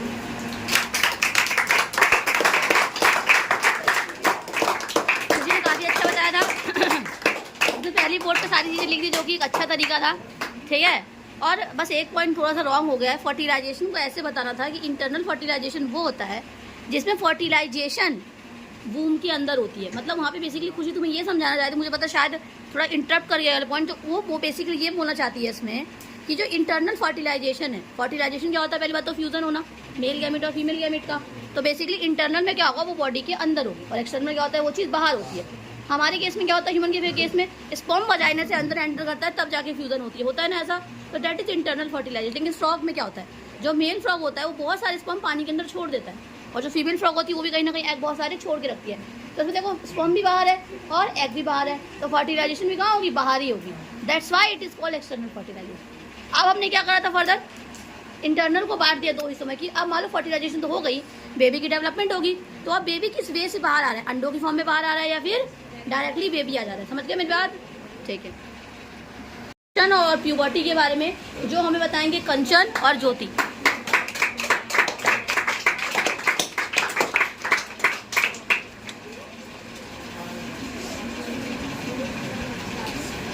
आज हम जानेंगे प्यूबर्टी क्या होती है और क्या क्या चेंजेस आते हैं, क्या क्या कॉमन चेंजेस आते हैं। जैसे थोड़ा तेज कंचन।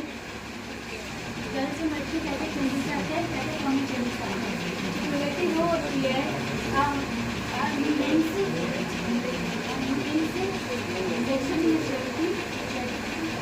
जो भी चेंजेस देखने को मिलते हैं,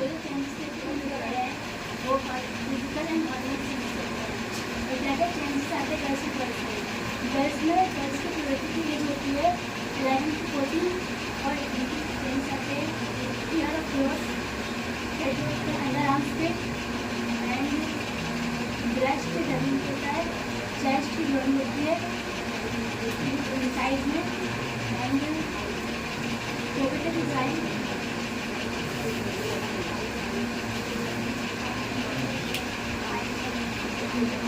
हाइट इंक्रीज होती है। नॉर्मली जो चेंजेस देखने को मिलते हैं सारे चेंजेस बता दो। मैक्सिमम साइकिल स्टार्ट होती है, उसकी एज होती है 10 to 14, एंड वॉइस में चेंज आती है।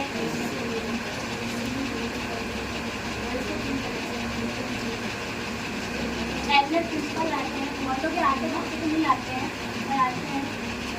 वॉइस में क्या क्या चेंज होते हैं, वॉइस में चेंज होते हैं lot of hair on face and chest and upper arms.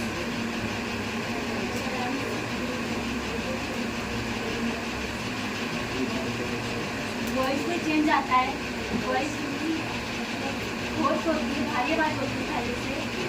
And अच्छा अच्छा, बोलो बोलो, घबराओ नहीं।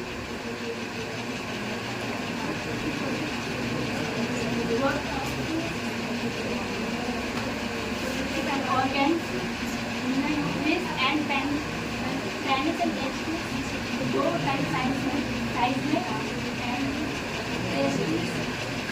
स्टार्ट होता है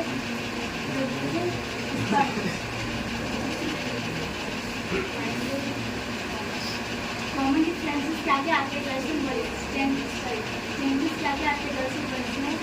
तो हाइट इंक्रीज होती है दोनों की, एंड वेट इंक्रीज होता है दोनों में, वोटिंग क्लियर दोनों में होती है। इमोशनल चेंजेस आते हैं, मूड स्विंग्स होती है। बहुत बढ़िया, ताली हो भाई, बहुत अच्छा ट्राई करा, कोई बात नहीं, अच्छा, बहुत अच्छा था, मुझे अच्छा लगा। अब नेक्स्ट टॉपिक इसका है ज्योति का, बोल ज्योति, जैसे कि इसने बताया कि पुबर्टी के दौरान थोड़ा तेज। जैसे कि इसने बताया कि पुबर्टी के दौरान फीमेल्स में मेंस्ट्रुएशन स्टार्ट हो जाता है, तो हम अभी उसी के बारे में जानेंगे। Menstruation is the monthly bleeding of the lining of uterus along with unfertilised egg. फिर आता है हमारा menstrual cycle, the time period in which the process of menstruation is being done, that is called menstrual cycle. और इसका time period होता है 28 दिनों तक ये चलता है। और इसके हम 4 फेसेस होते हैं। पहला होता है मेंस्ट्रुअल फेस जो 4 से 5 दिन तक चलता है, फिर आता है फॉलिकल फेस जो 8 से 9 दिन तक चलता है, फिर आता है ओव्यूलेशन। ओव्यूलेशन प्रोसेस है जिसमें कि ओवरी से ओवम रिलीज होता है, तो फिर हम ओव्यूलेशन कहते हैं, और ये 14वें दिन होता है मेंस्ट्रुअल साइकिल पे।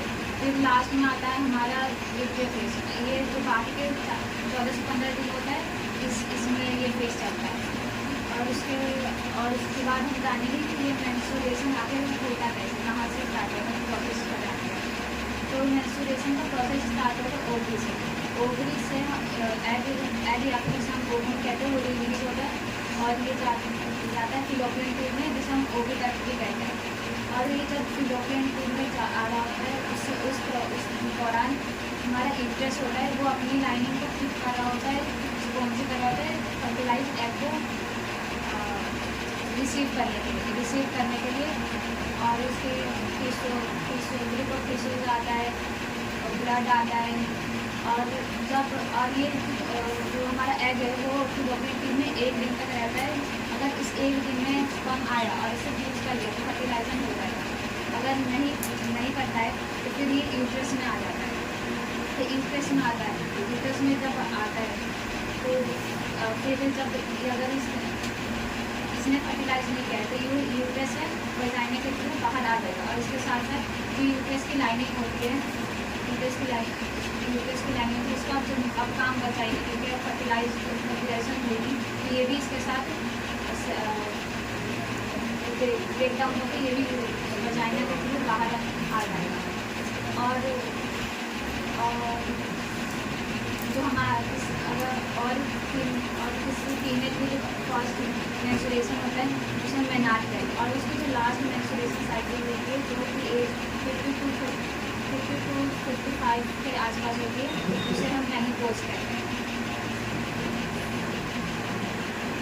और इस दौरान जो हमारा ओवरी होता है वो 2 हार्मोन रिलीज करता है, एस्ट्रोजन और प्रोजेस्टेरोन। एस्ट्रोजन हमारी जो यूट्रस की लाइनिंग होती है उसको रिपेयर करने में मदद करता है, और प्रोजेस्टेरोन इसको मेंटेन करता है कि ये सही से काम वो हो रहा है, किसके मेंटेनेंस हो रही है कि नहीं हो रही है। Thank you.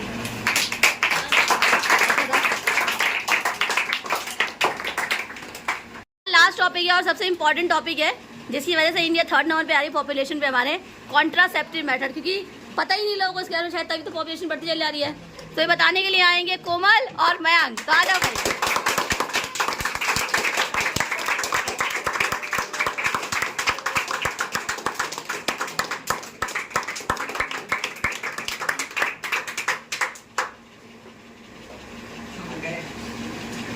तक हमने क्या पढ़ा कि रिप्रोडक्शन क्या होता है और एनिमल रिप्रोड्यूस कैसे करते हैं।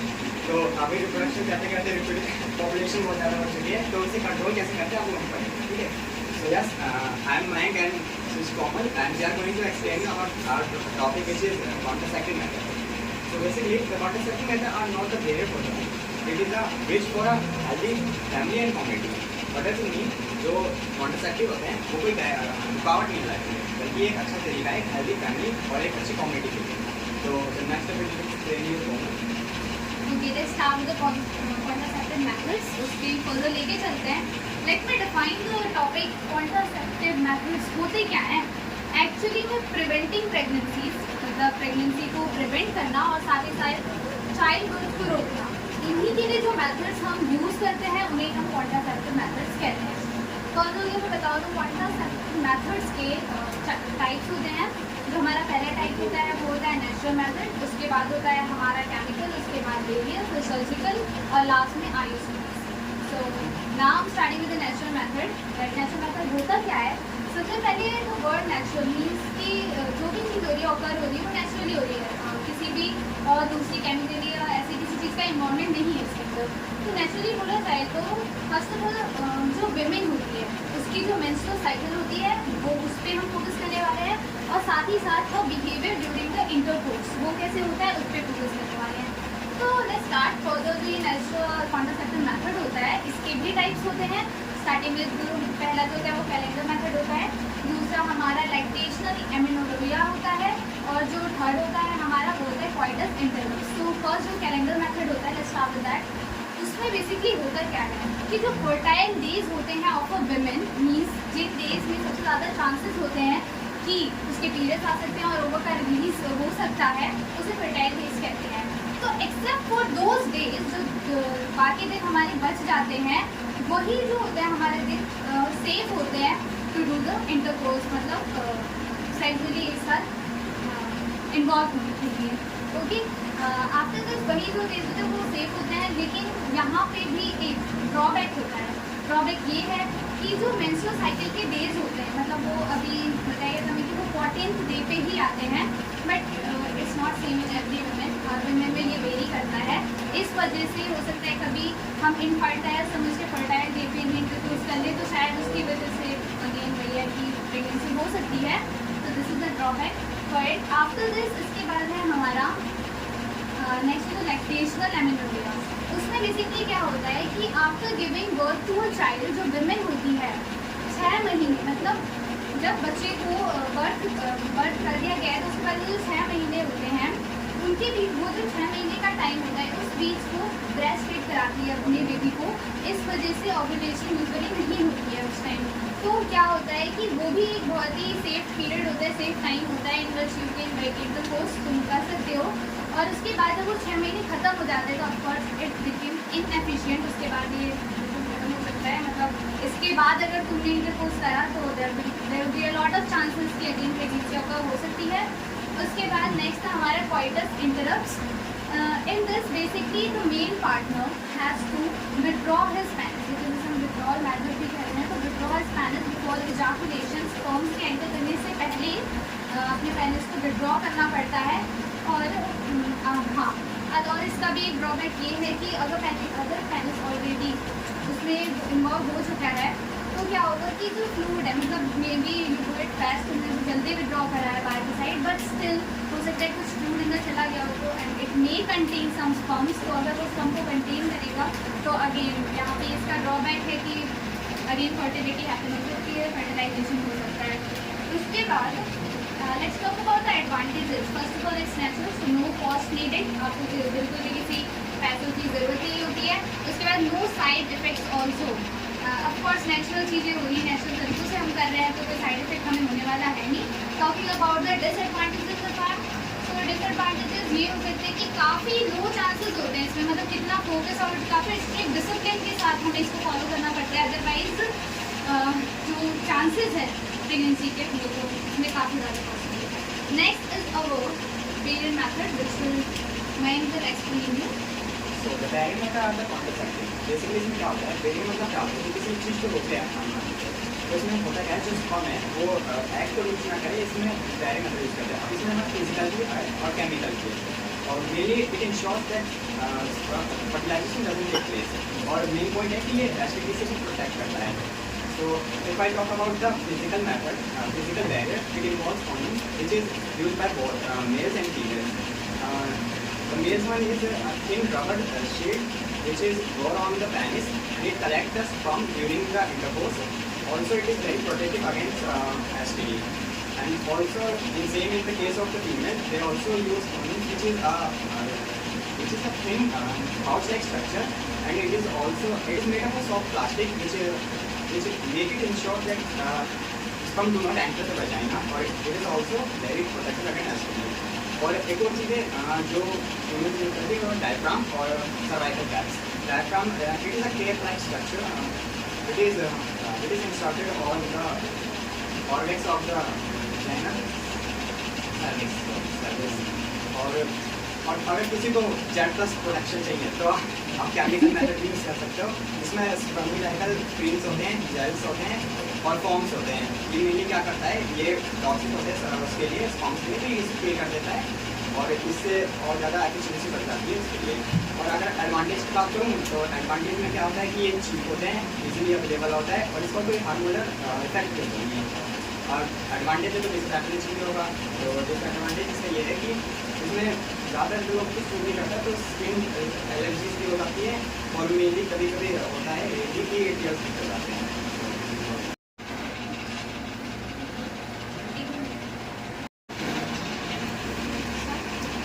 Now our next method is chemical method. अब फिजिकली तो देख लिया कि किस तरीके से प्रिवेंट कर सकते हैं प्रेगनेंसी को। Now let's see through some chemicals या फिर like using hormones कैसे देख सकते हैं। अब केमिकल से स्टार्ट किया है तो हार्मोन्स का यूज़ कर रहे हैं हम इसमें, केमिकल पिल्स का यूज़ कर रहे हैं हम इसमें। तो स्टार्ट कर रहे हैं OCPs से। OCPs are basically oral contraceptive pills. ये जो पिल्स होती है ना, women take it on daily basis, इसे डेली बेसिस पे ये लेती है।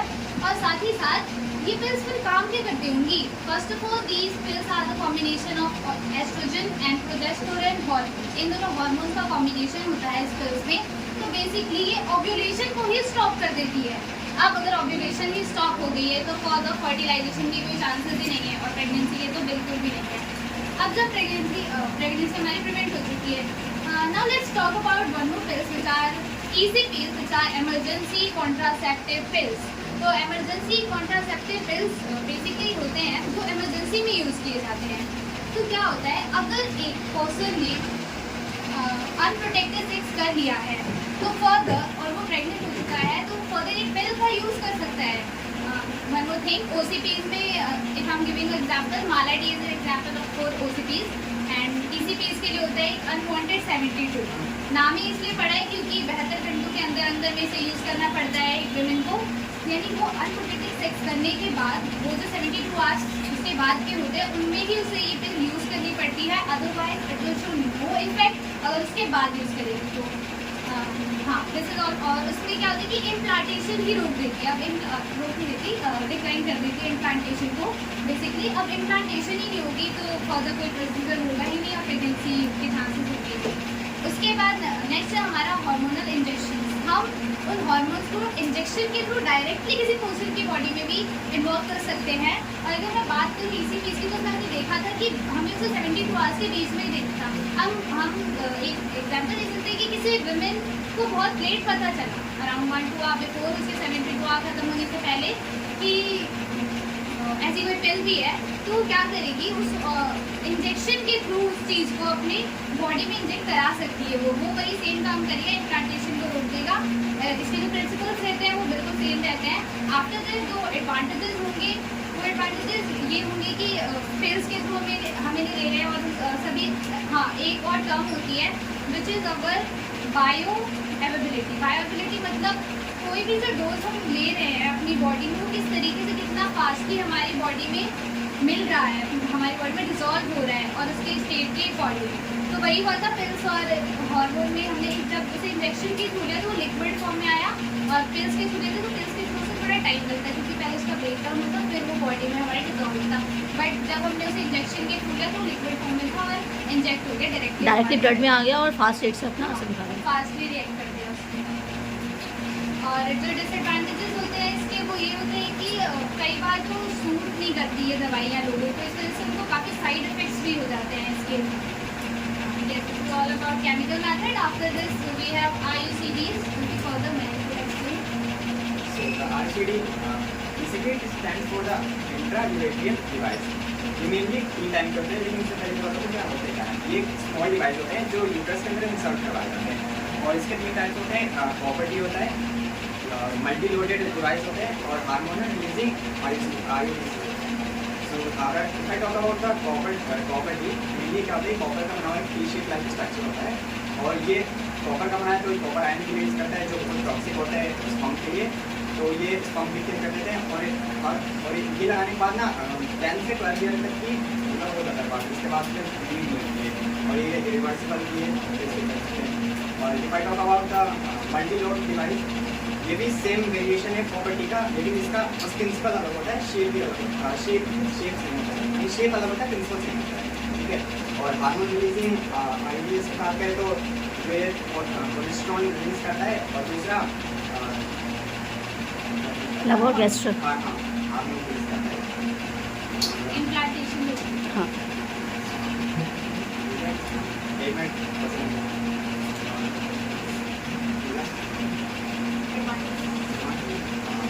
एडवांटेज ब्लॉक एडवांटेज आपकी कॉम्प्लेक्स होता है और यूनिवर्सल होता है और इसका ना एसटीडी से वैसे ही कोई प्रोटेक्शन नहीं करता है ना, और डिसएडवांटेजेस ये एसटीडी से कोई प्रोटेक्शन नहीं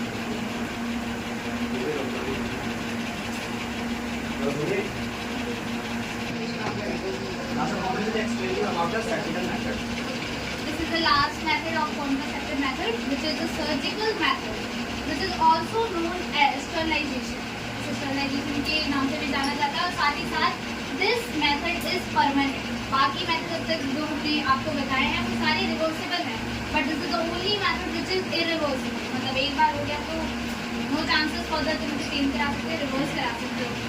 So basically होता क्या है, सर्जिकल मेथड में पता चल रहा है इसमें कि सर्जरी होती है, तो होता क्या है कि ये उन कपल्स के लिए होता है ना जिन्हें फ्यूचर में चिल्ड्रन नहीं चाहिए होते हैं, तो they can have the surgery. First of all इसमें होता है वेस्कोटोमी और ट्यूबेक्टोमी। तो वेस्कोटोमी में क्या होता है कि the vast difference of the male reproductive part is cut down and ligated, मतलब कि जो vast difference होता है उस मेल का वो रिप्रोडक्टिव पार्ट होता है हम उसको ही कट कर देते हैं और बांध देते हैं। इस वजह से जो टेस्टिस स्पर्म्स रिलीज कर रही होती है वो आगे पेनिस तक पहुंच ही नहीं पाती। फर्दर फर्टिलाइजेशन जब होता है, फर्दर जब इंटरकोर्स होता है तो उससे फर्टिलाइजेशन होता ही नहीं है, इसकी वजह से प्रेगनेंसी के चांसेस ही नहीं होते। एज सेम जो हमारा ट्यूबेक्टोमी होता है वो फीमेल्स में होता है, उसमें क्या करते हैं हम जो फैलोपियन ट्यूब होता है उस we will cut that fallopian tube and ligated it, means tied up कर देते हैं। तो उस टाइम की सेम चीज़ हो रही थी कि जो ओवरी होती है वो जो ओवर रिलीज करती है it can't reach to the uterus, वो यूट्रस तक पहुंच ही नहीं पाती और पहुंच नहीं पाती तो फर्दर फर्टिलाइजेशन नहीं होती और फर्टिलाइजेशन नहीं होती तो women does not get pregnant, तो विमेन आर प्रेग्नेंट।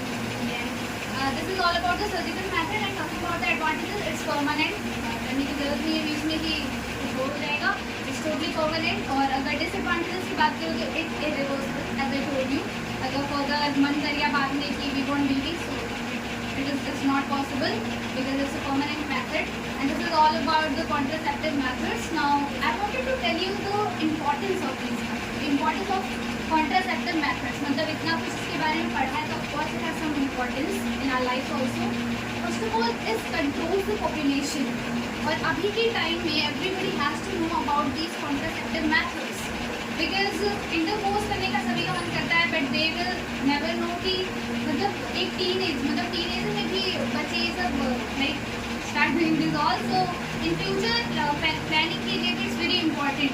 अगर उन्हें ये चीज़ पता होगी तो कहीं ना कहीं पॉपुलेशन कंट्रोल आएगा, एक स्टेबिलिटी आएगी कि आगे वो अपनी फैमिली प्लानिंग अच्छे से कर सकें ऑल दीज थिंग्स। और yes these are the all contraceptive methods जिसमें हाँ yes one more thing is that कि जो मदर्स होती हैं हमारी उनको भी एक गैप मिल जाता है, किस तरीके से चाइल्ड बर्थ हो चुका है उसके बाद भी अगर उन्हें बच्चा बाद में चाहिए but they still want to have intercourse एक फिजिकल अटैचमेंट, सो वो कर सकती है by using this contraceptive methods, ताकि उन्हें भी एक गैप मिल जाए।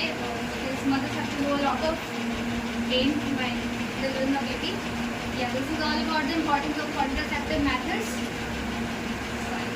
One more thing, it also prevents us from STDs. This is a very important topic. Now you must all wondering about what is STDs. So STDs are basically sexually transmitted diseases. STDs होती क्या है actual में? So these are some kind of infection. जब हम किसी infected person के साथ sexually contact में आते हैं तो जो डिसीजेज हमें हो जाती है उन्हें हम STDs बोलते हैं, सेक्सुअली ट्रांसमिटेड डिसीजेज बोलते हैं। इसके भी जो STDs इसके फर्दर टाइप्स होते हैं। पहला इसका टाइप होता है बैक्टीरियल STDs, दूसरा वायरल STDs और जो थर्ड होता है वो होता है हमारा पैरासिटिक STDs। तो फर्स्ट ऑफ ऑल जो बैक्टीरियल STDs है वो बैक्टीरियल STDs बेसिकली होता है दो वायरस होते हैं साइटिल्स और गोनोरिया। साइटिल्स अगर इसकी सिम्टम्स की बात करें तो इसमें क्या होता है इसमें होता है पेनफुल सोर्स, रैशेस और ऑर्गन डैमेज। मतलब इसमें ऑर्गन डैमेज होने के चांसेस होता है। रैशेस और पेनफुल सोर्स मतलब होता है वो हाँ जो छाते होते हैं।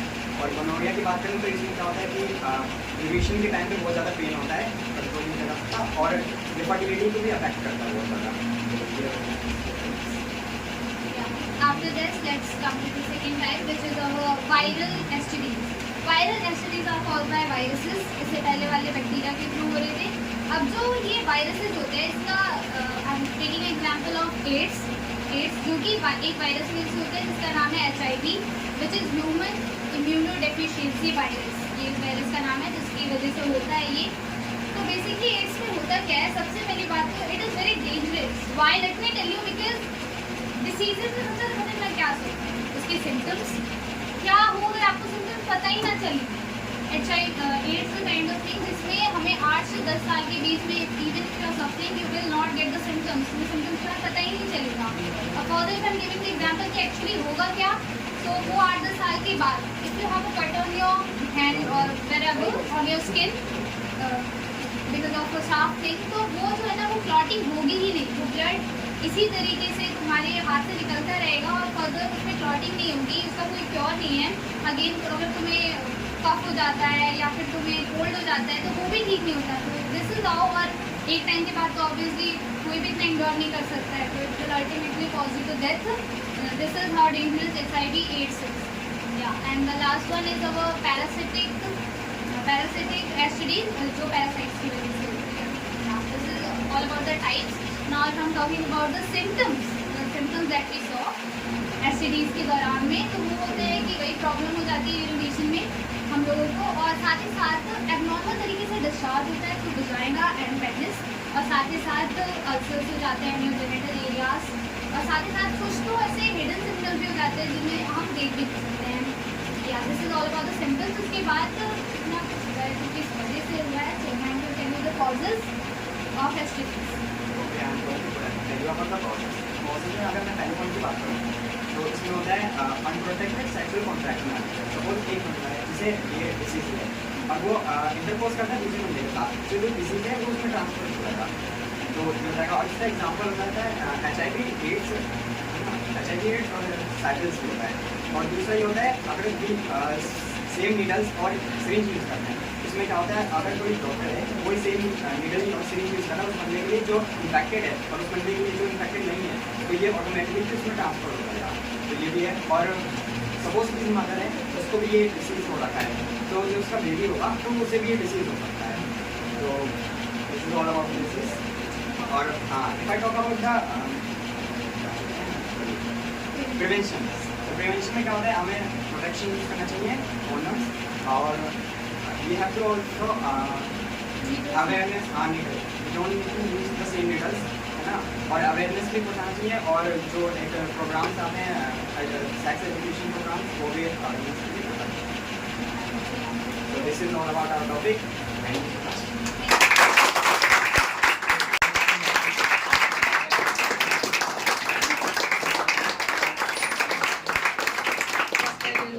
ठीक है दोबारा देना, जरा सामने आ जाना एक बार।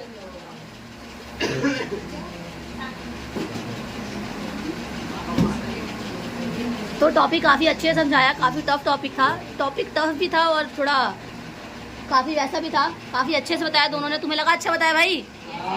ठीक है, ताली बजा दो जरा जोर से एक बार देखा।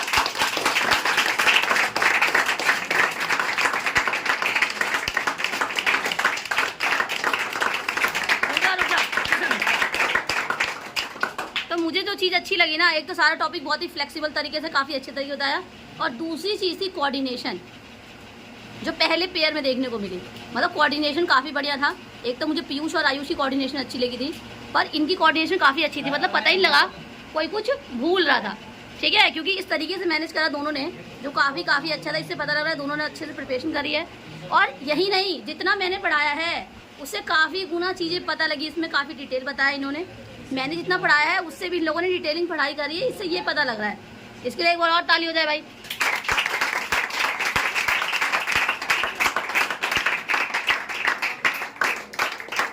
बहुत बढ़िया, दोनों को बहुत ज़्यादा अच्छा था। बैठ जाओ। तो ठीक है, तो आज प्रेजेंटेशन थी रिप्रोडक्शन चैप्टर की, थी ना भाई? सबने अपना बहुत अच्छा ट्राई करा था, सबने अपना बेस्ट दिया था, सब कुछ ना कुछ तो बोला ही था आगे, ठीक है, और सबने अच्छा ही बोला था।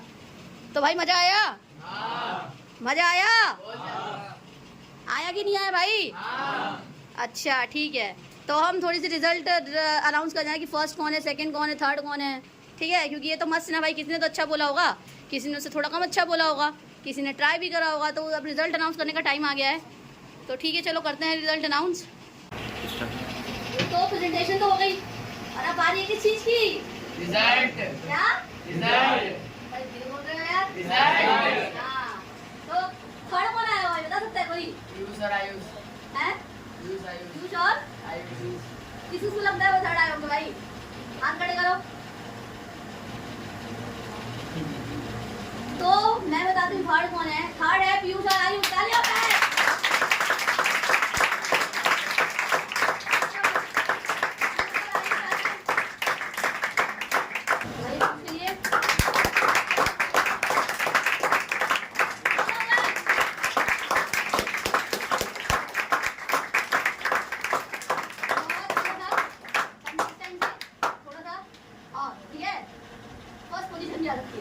लेकिन और ट्राई करना बनता है, समझे? अरे मैं बहुत ट्राई करूँ। अब बारी आती है सेकंड, इसकी बारी आती है सेकंड। तो आपके अकॉर्डिंग कौन हो सकता है सेकंड? क्या नाम तो बोलो भाई यार, ऐसे सस्पेंस क्यों क्रिएट कर रहे हो यार? कौन आया हुआ सेकंड? सोनम। और कोई? सोनम।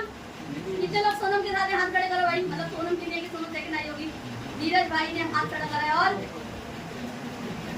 कोमल, खुशी, और किसी का नाम सेकंड के लिए? बस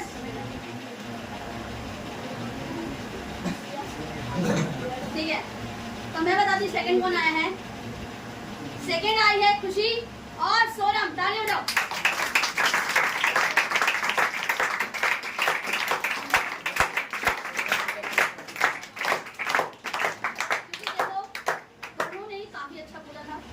अकेले बोला था, और दोनों की प्रेजेंटेशन मुझे ऐसा लगा था कि डिलीवर हो गई थी, ठीक है, तो दोनों की प्रेजेंटेशन काफी अच्छी है। तालियां हो जाओ फिर से।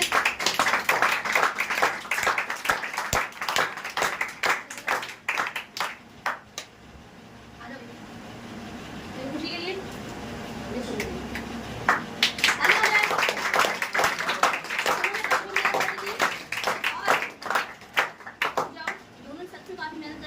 और दोनों की उससे पता भी लगा था, ठीक है, दोनों ने बिना रुके अपने कंटेंट को अच्छे से डिलीवर करा, ठीक है, तो सेकंड पोजीशन तो ये डिजर्व करते हैं।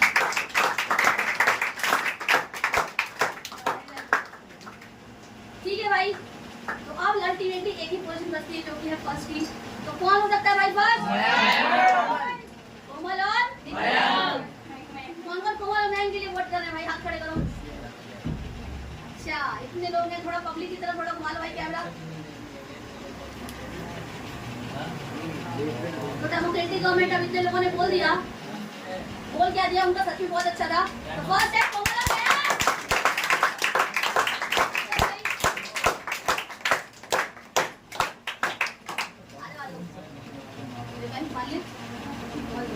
तालियां हो जाए फिर से।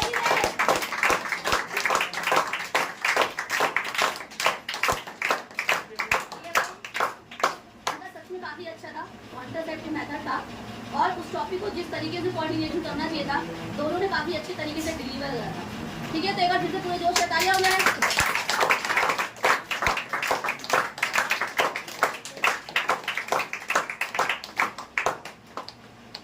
अब एक बार फर्स्ट सेकंड थर्ड सारे आ जाओ, जो भी थे फर्स्ट सेकंड और थर्ड सारे आ जाओ। फर्स्ट इधर आ जाओ, सेकंड इधर आ जाओ, आगे सारे फर्स्ट वाले इधर आ जाओ। कॉपी करना सेकंड दूसरे साइड कॉपी करना।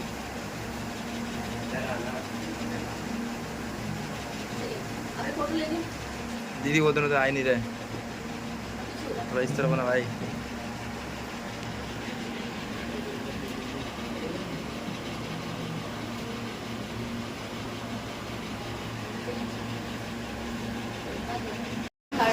अब बाकी मान लिया पोजीशन नहीं स्कोर कर पाए, बट सिर्फ किसी को गलत पार्टनर मिल था, ठीक है, किसी के पार्टनर ने गलत कर दी, पर सिंगल बच्चे बहुत अच्छे था कि नहीं था, तो मुझे जिनका अच्छा लगा मैं उनको देना चाहूँगी ताकि नेक्स्ट टाइम से आप और अच्छी मेहनत करो। तो सबसे पहले नीतीश के लिए तालियां हो जाए।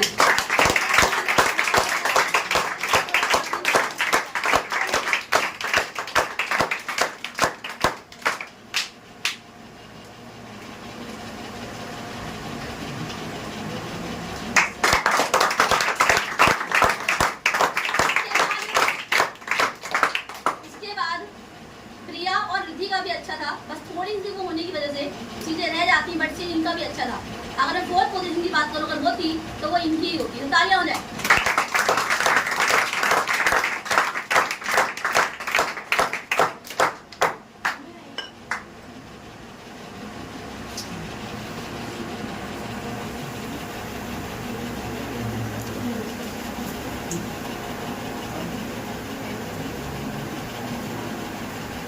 उसके बाद और बच्चे हैं जिन्होंने अच्छा बोला, ठीक है, और भी थे, मतलब बोल सकते थे लेकिन कहीं ना कहीं लैग रह गई, और कुछ बच्चे ऐसा बोल रहे थे कि ऐसा लग रहा हो कि वो रीडिंग टाइप कर रहे हैं। ठीक है, तो मैंने क्या बोला था, कुछ ऐसा बोलना था कि खाली हिंदी बोलो चाहे इंग्लिश बोलो फर्क नहीं होता। कैसे बोलना था कि आपका बोला हुआ कंटेंट सामने वाले को समझ आ जाए, यही था ना। तो उसके बाद मेरे को एक और अच्छा लगा था आदर्श सिंह का। आ जाओ आदर्श सिंह।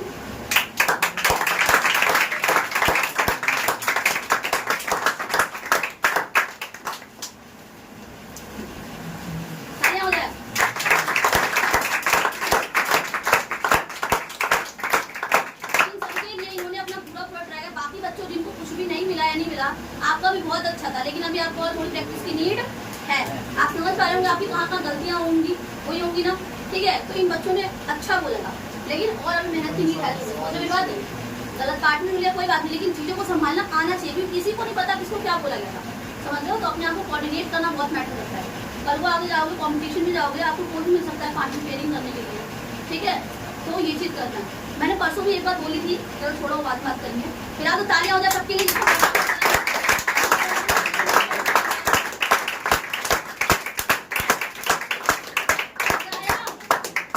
सबको मजा आया? इसमें ठीक है, देखता हूँ ना, तो हम अपनी पढ़ाई स्टार्ट करेंगे, ठीक है। और अगर कभी प्रेजेंटेशन होगा तो मैं चाहूंगी कि उसमें हर एक बच्चा पार्टिसिपेट करे। इवन आप 2 लाइन बोल रहे हो, 4 लाइन बोल रहे हो, कुछ भी बोल रहे हो, समझ आ रही है। इससे ना आपका ही कॉन्फिडेंट बूस्ट होगा, समझ रहे हो मेरी बात। तो सबके लिए फिर से क्लैपिंग जिन्होंने पार्टिसिपेट करा।